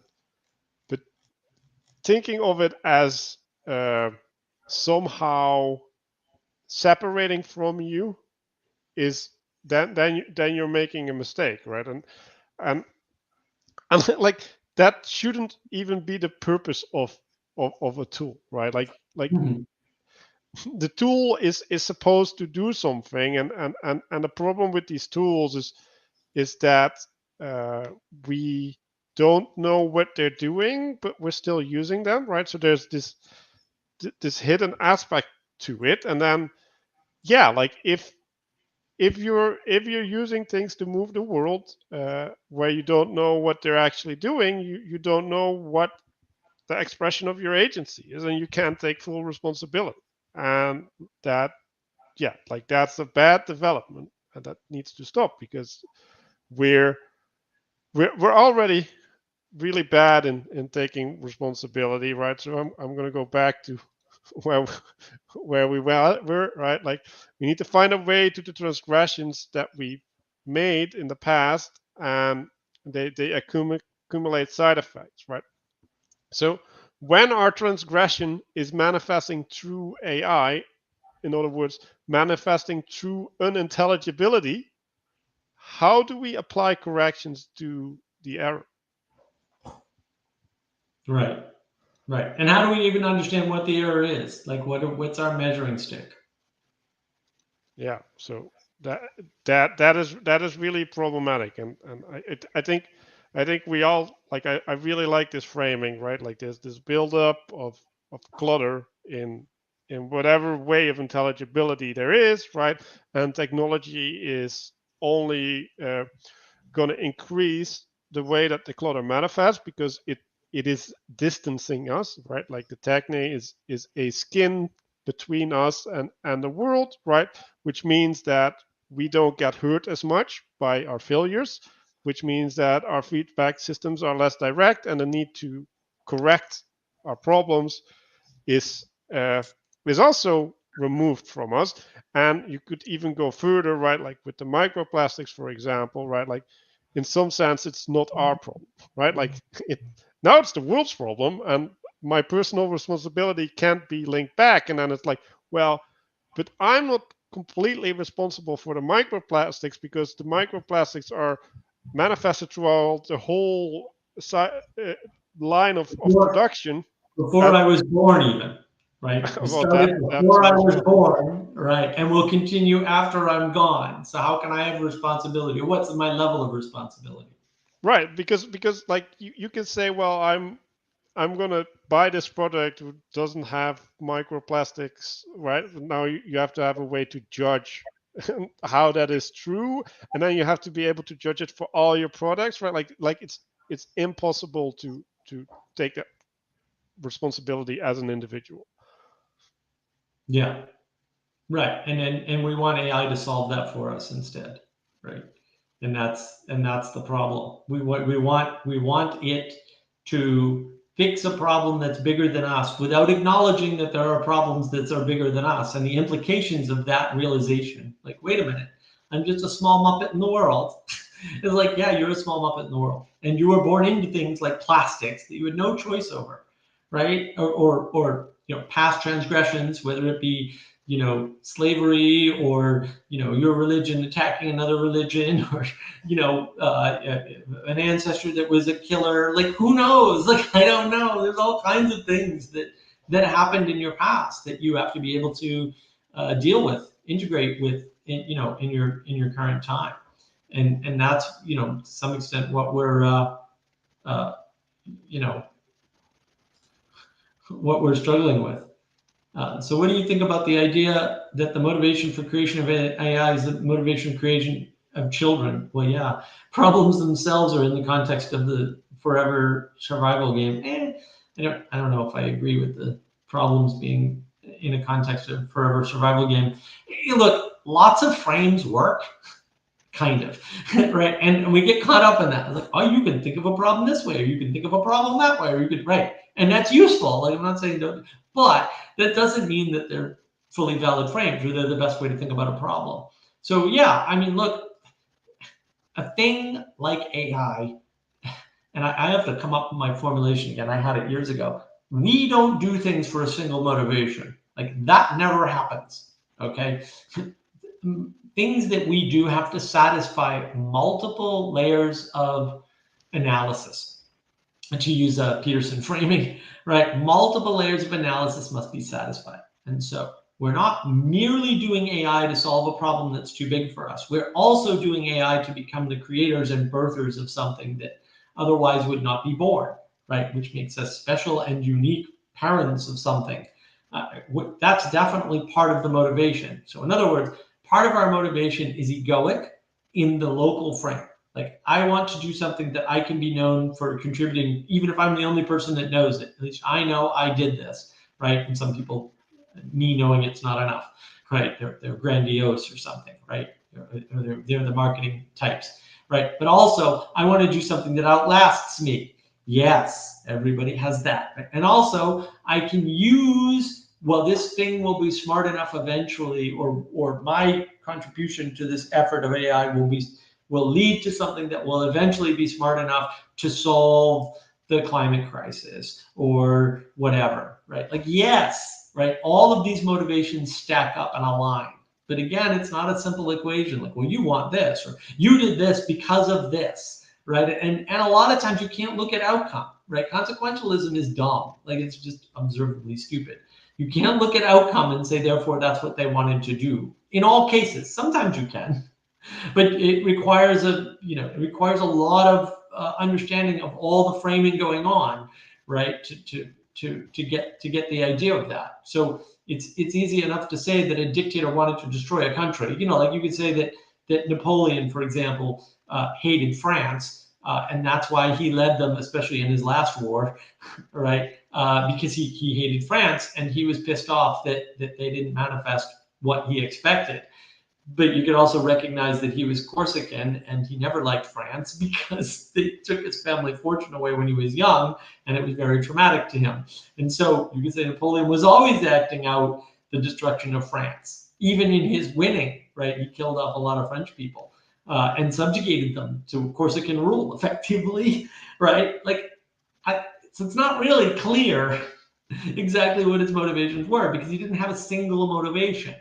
And it's not clear where that would have ended, right? And I think it's more important when I go outside and drive in a certain direction, right? You can say, well, I went that direction because I wanted to go that direction, but that's not true, right? Like, I wanted to go to my friend, and I went that way because I wanted to go to my friend, and in order to get to my friend, I needed to pick that direction, right? So you can say there's an explanatory power within me going that direction, but it does not suffice. Right. It has not sufficient explanation for my behavior. So and we start confusing that, right? Like, because when I want to go that way, like, it's like, okay, like, that information might be useful if you're in my way. But apart from that, like, it's not useful, right? Even if you want to block me, I'll just take the next street, right? So it's like, no, like, that's not helpful. So when you're having these framings, or like, oh, if I make an observation, I can make an explanation about what's happening. Is like, no. The explanation about what's happening is often not contained in the observation because it's not accounting for my internal state when I do the action, right? And the internal state is always connected to a way that I want to manifest in the world, right? Like, so I see a purpose, like I try to pursue that purpose. And in order to pursue that purpose, I manifest a behavior in the world. And some people pursue purposes that are the behavior in the world, and they have really limited ways of manifesting themselves in the world. Like, oh, I drink because I want to get drunk, or whatever. It's like, yeah, well, that is not something that will get you very far in life. No, and it's important to know that the level of rationality and competence you're assigning to other people is likely unwarranted. So you can say that, well, I know why Manuel picked that direction to get to his friend's house because there's a lot of traffic in another way that's shorter, right? Except maybe that's not the reason he had it all, because he knows there's a house with nice flowers and it smells nice when you go past it, and that's why he went that way. You have no way to know that. You might be able to guess, but you don't know that. So from the outside, it looks like he made a bad decision, right? But maybe if his goal wasn't to get to his friend's house as quickly as possible, but to use going to his friend's as an excuse to go past these pretty flowers, these things happen. And then also, let's suppose that the route that you think he should have taken to go to his friend's house is actually shorter, we'll call it in intersubjective reality, right? But he doesn't know that. He has a belief that it's not shorter. And maybe because one time he went, it wasn't shorter, right? Or it didn't seem like it was quicker or something. Who Well, knows? and I can tell you, in actuality, I don't take the shortest route because I have this racing bike now, and in order to go to some place, when I can go long period straight, it's faster and less effort, although I probably use more calories. Right, but again, that's the I know what I'm doing and I'm doing it for a reason you don't understand argument. But the argument I'm making is sometimes people are doing things for reasons they don't understand or they're wrong about, like they just have bad information. So it could be that maybe none of that's a factor, but it's something else, like your ignorance about the fact that this other route is more efficient, because that happens all the time. We project out and say this person is a rational actor. Are they? Are they really? And they're competent. Are they? Are they real? Are you sure? And then we project out they know what we know. Do they? And are you sure you're the one that knows more than they do? Because I'm not sure of any of those things. Well, and I can tell you from my experience, right? Like I just did this thing and then I thought about it and I said, okay, like I approve. Like I don't know what the other options are. So like it's not even a rational decision. Well, there's an interesting concept that I don't know how much it was used outside of our economics department, but one of my professors had a term, he called it fantastical thinking, right? And so that's what's used to describe someone putting together an entire chain of really unlikely events, right? Going the way that they want them to go, right? Because they want to see this particular outcome, and that's what shapes and motivates their actions, right? And I was just thinking about that in terms of the discussion that we were watching yesterday, right? Because what you heard, basically the guy describing was, what I would call fantastical thinking, right? AI is going to stay in its lane. We're not going to use AI for the wrong things, and so on and so forth, right? And this is all going to work out to where in the end I'm going to have been a part of building this amazing new thing that's going to make the world so much better and blah blah blah, right? But is that really what's going to happen? Is that even remotely possible that's going to happen? Is kind of a whole different question that he didn't even want to talk about, right? Because he so focused on the desired outcome, I think, right? And kind of his view was clouded by that. Yeah, exactly. And I call it magical thinking. So I posted a link to my magical thinking video on navigating patterns, which is interesting that people fall into this magical thinking and you can hear it. I mean, Jim Keller was actually very careful at the end of the day with his language. He kept saying, we could, we could, we could. Some of the things he said we could do, we cannot. We know this. I don't know why he said that. But some of the things maybe we could, right? Maybe. But will we? Because that's a whole different question. Like if we stop all AI research tomorrow, maybe we won't. And maybe that's unrealistic. But maybe one person realizes the danger or senses the danger, whether it's real or not, and then kiboshes a whole bunch of AI research that would otherwise be useful to AI. These things happen in history all the time. So I wouldn't be discounting such things. People have been saboteurs for years, particularly against technology, and maybe for the better. I don't know. But we have to account for that. Like we can't just say we could. Maybe we can, maybe we can't. Maybe we should, maybe we shouldn't. These are hard things. But if you think you're rational, use your rationality and actually think about it. Take a long time. Do some research, right? But most people just don't research anything that they're talking about ever. Whereas I tend to do a lot of research on things, right, before I start yapping about them when I can, and when I don't, I try to say, I haven't really researched this yet.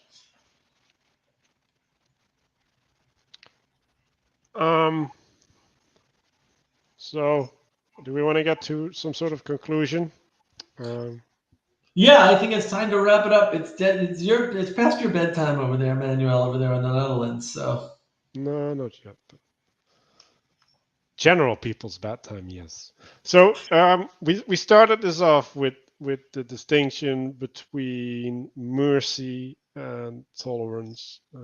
We have talked a lot about tolerance.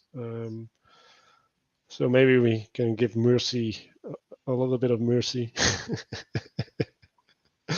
So yeah, mercy is the allowing things to exist even when they're not supposed to be there effectively. So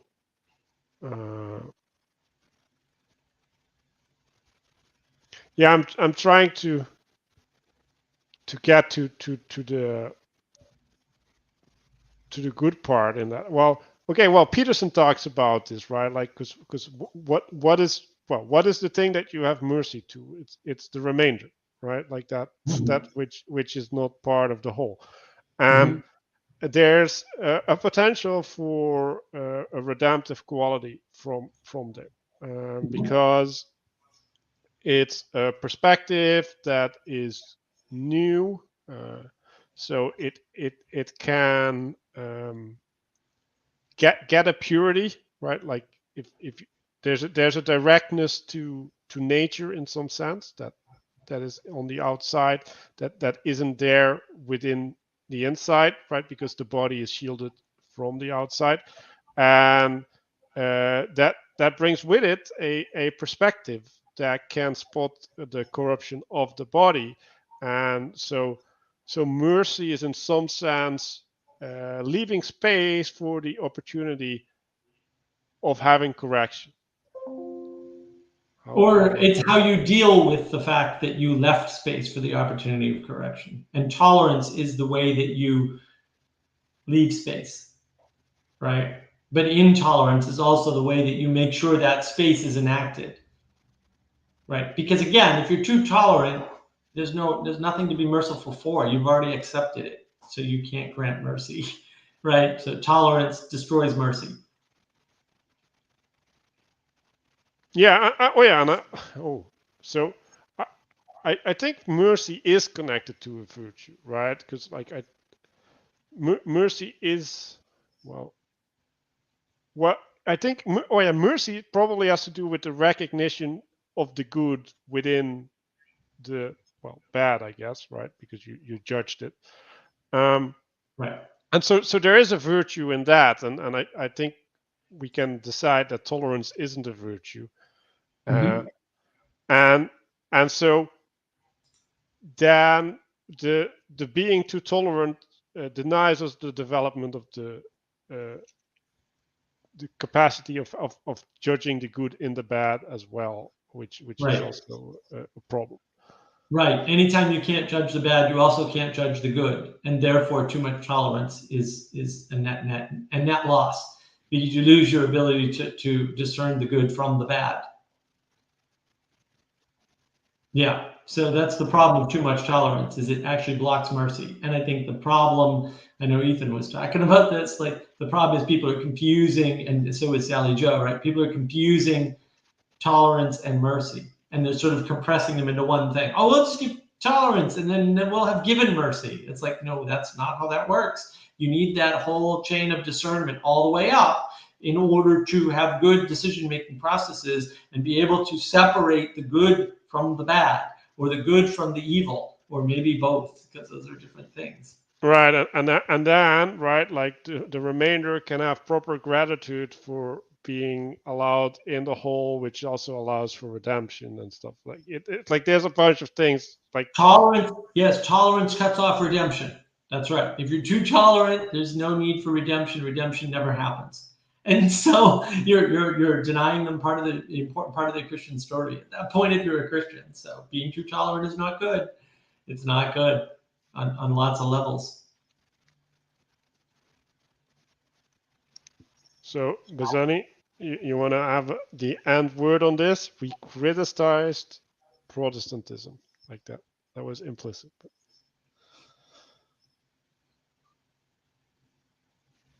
Well, good choice. Thanks everybody for watching, and we'll do this again soon. I think that went really well. Random topic that was on the mind. Oh, there we go. Come on, Bazani. Oh, tease. Oh, I like it. Okay. Just, I think mercy should always be purposeful, right? Mhm. I think that's part of it, right? Mm-hmm. You extend, mercy implies a transgression has happened to begin with, right? And the forgiveness of that, the mercy for that, like it should, there should be a purpose around that, right? Otherwise, it's just giving license, right? Which isn't, like, that's something else, and that I don't think is virtuous. But anyway, just a thought.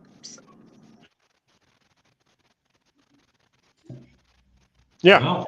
Good stuff. Sign up for Navigating Patterns, my personal YouTube channel, and Agapic Orientation. My personal YouTube channel, and redeem everything in the world. Thanks for watching. See you guys.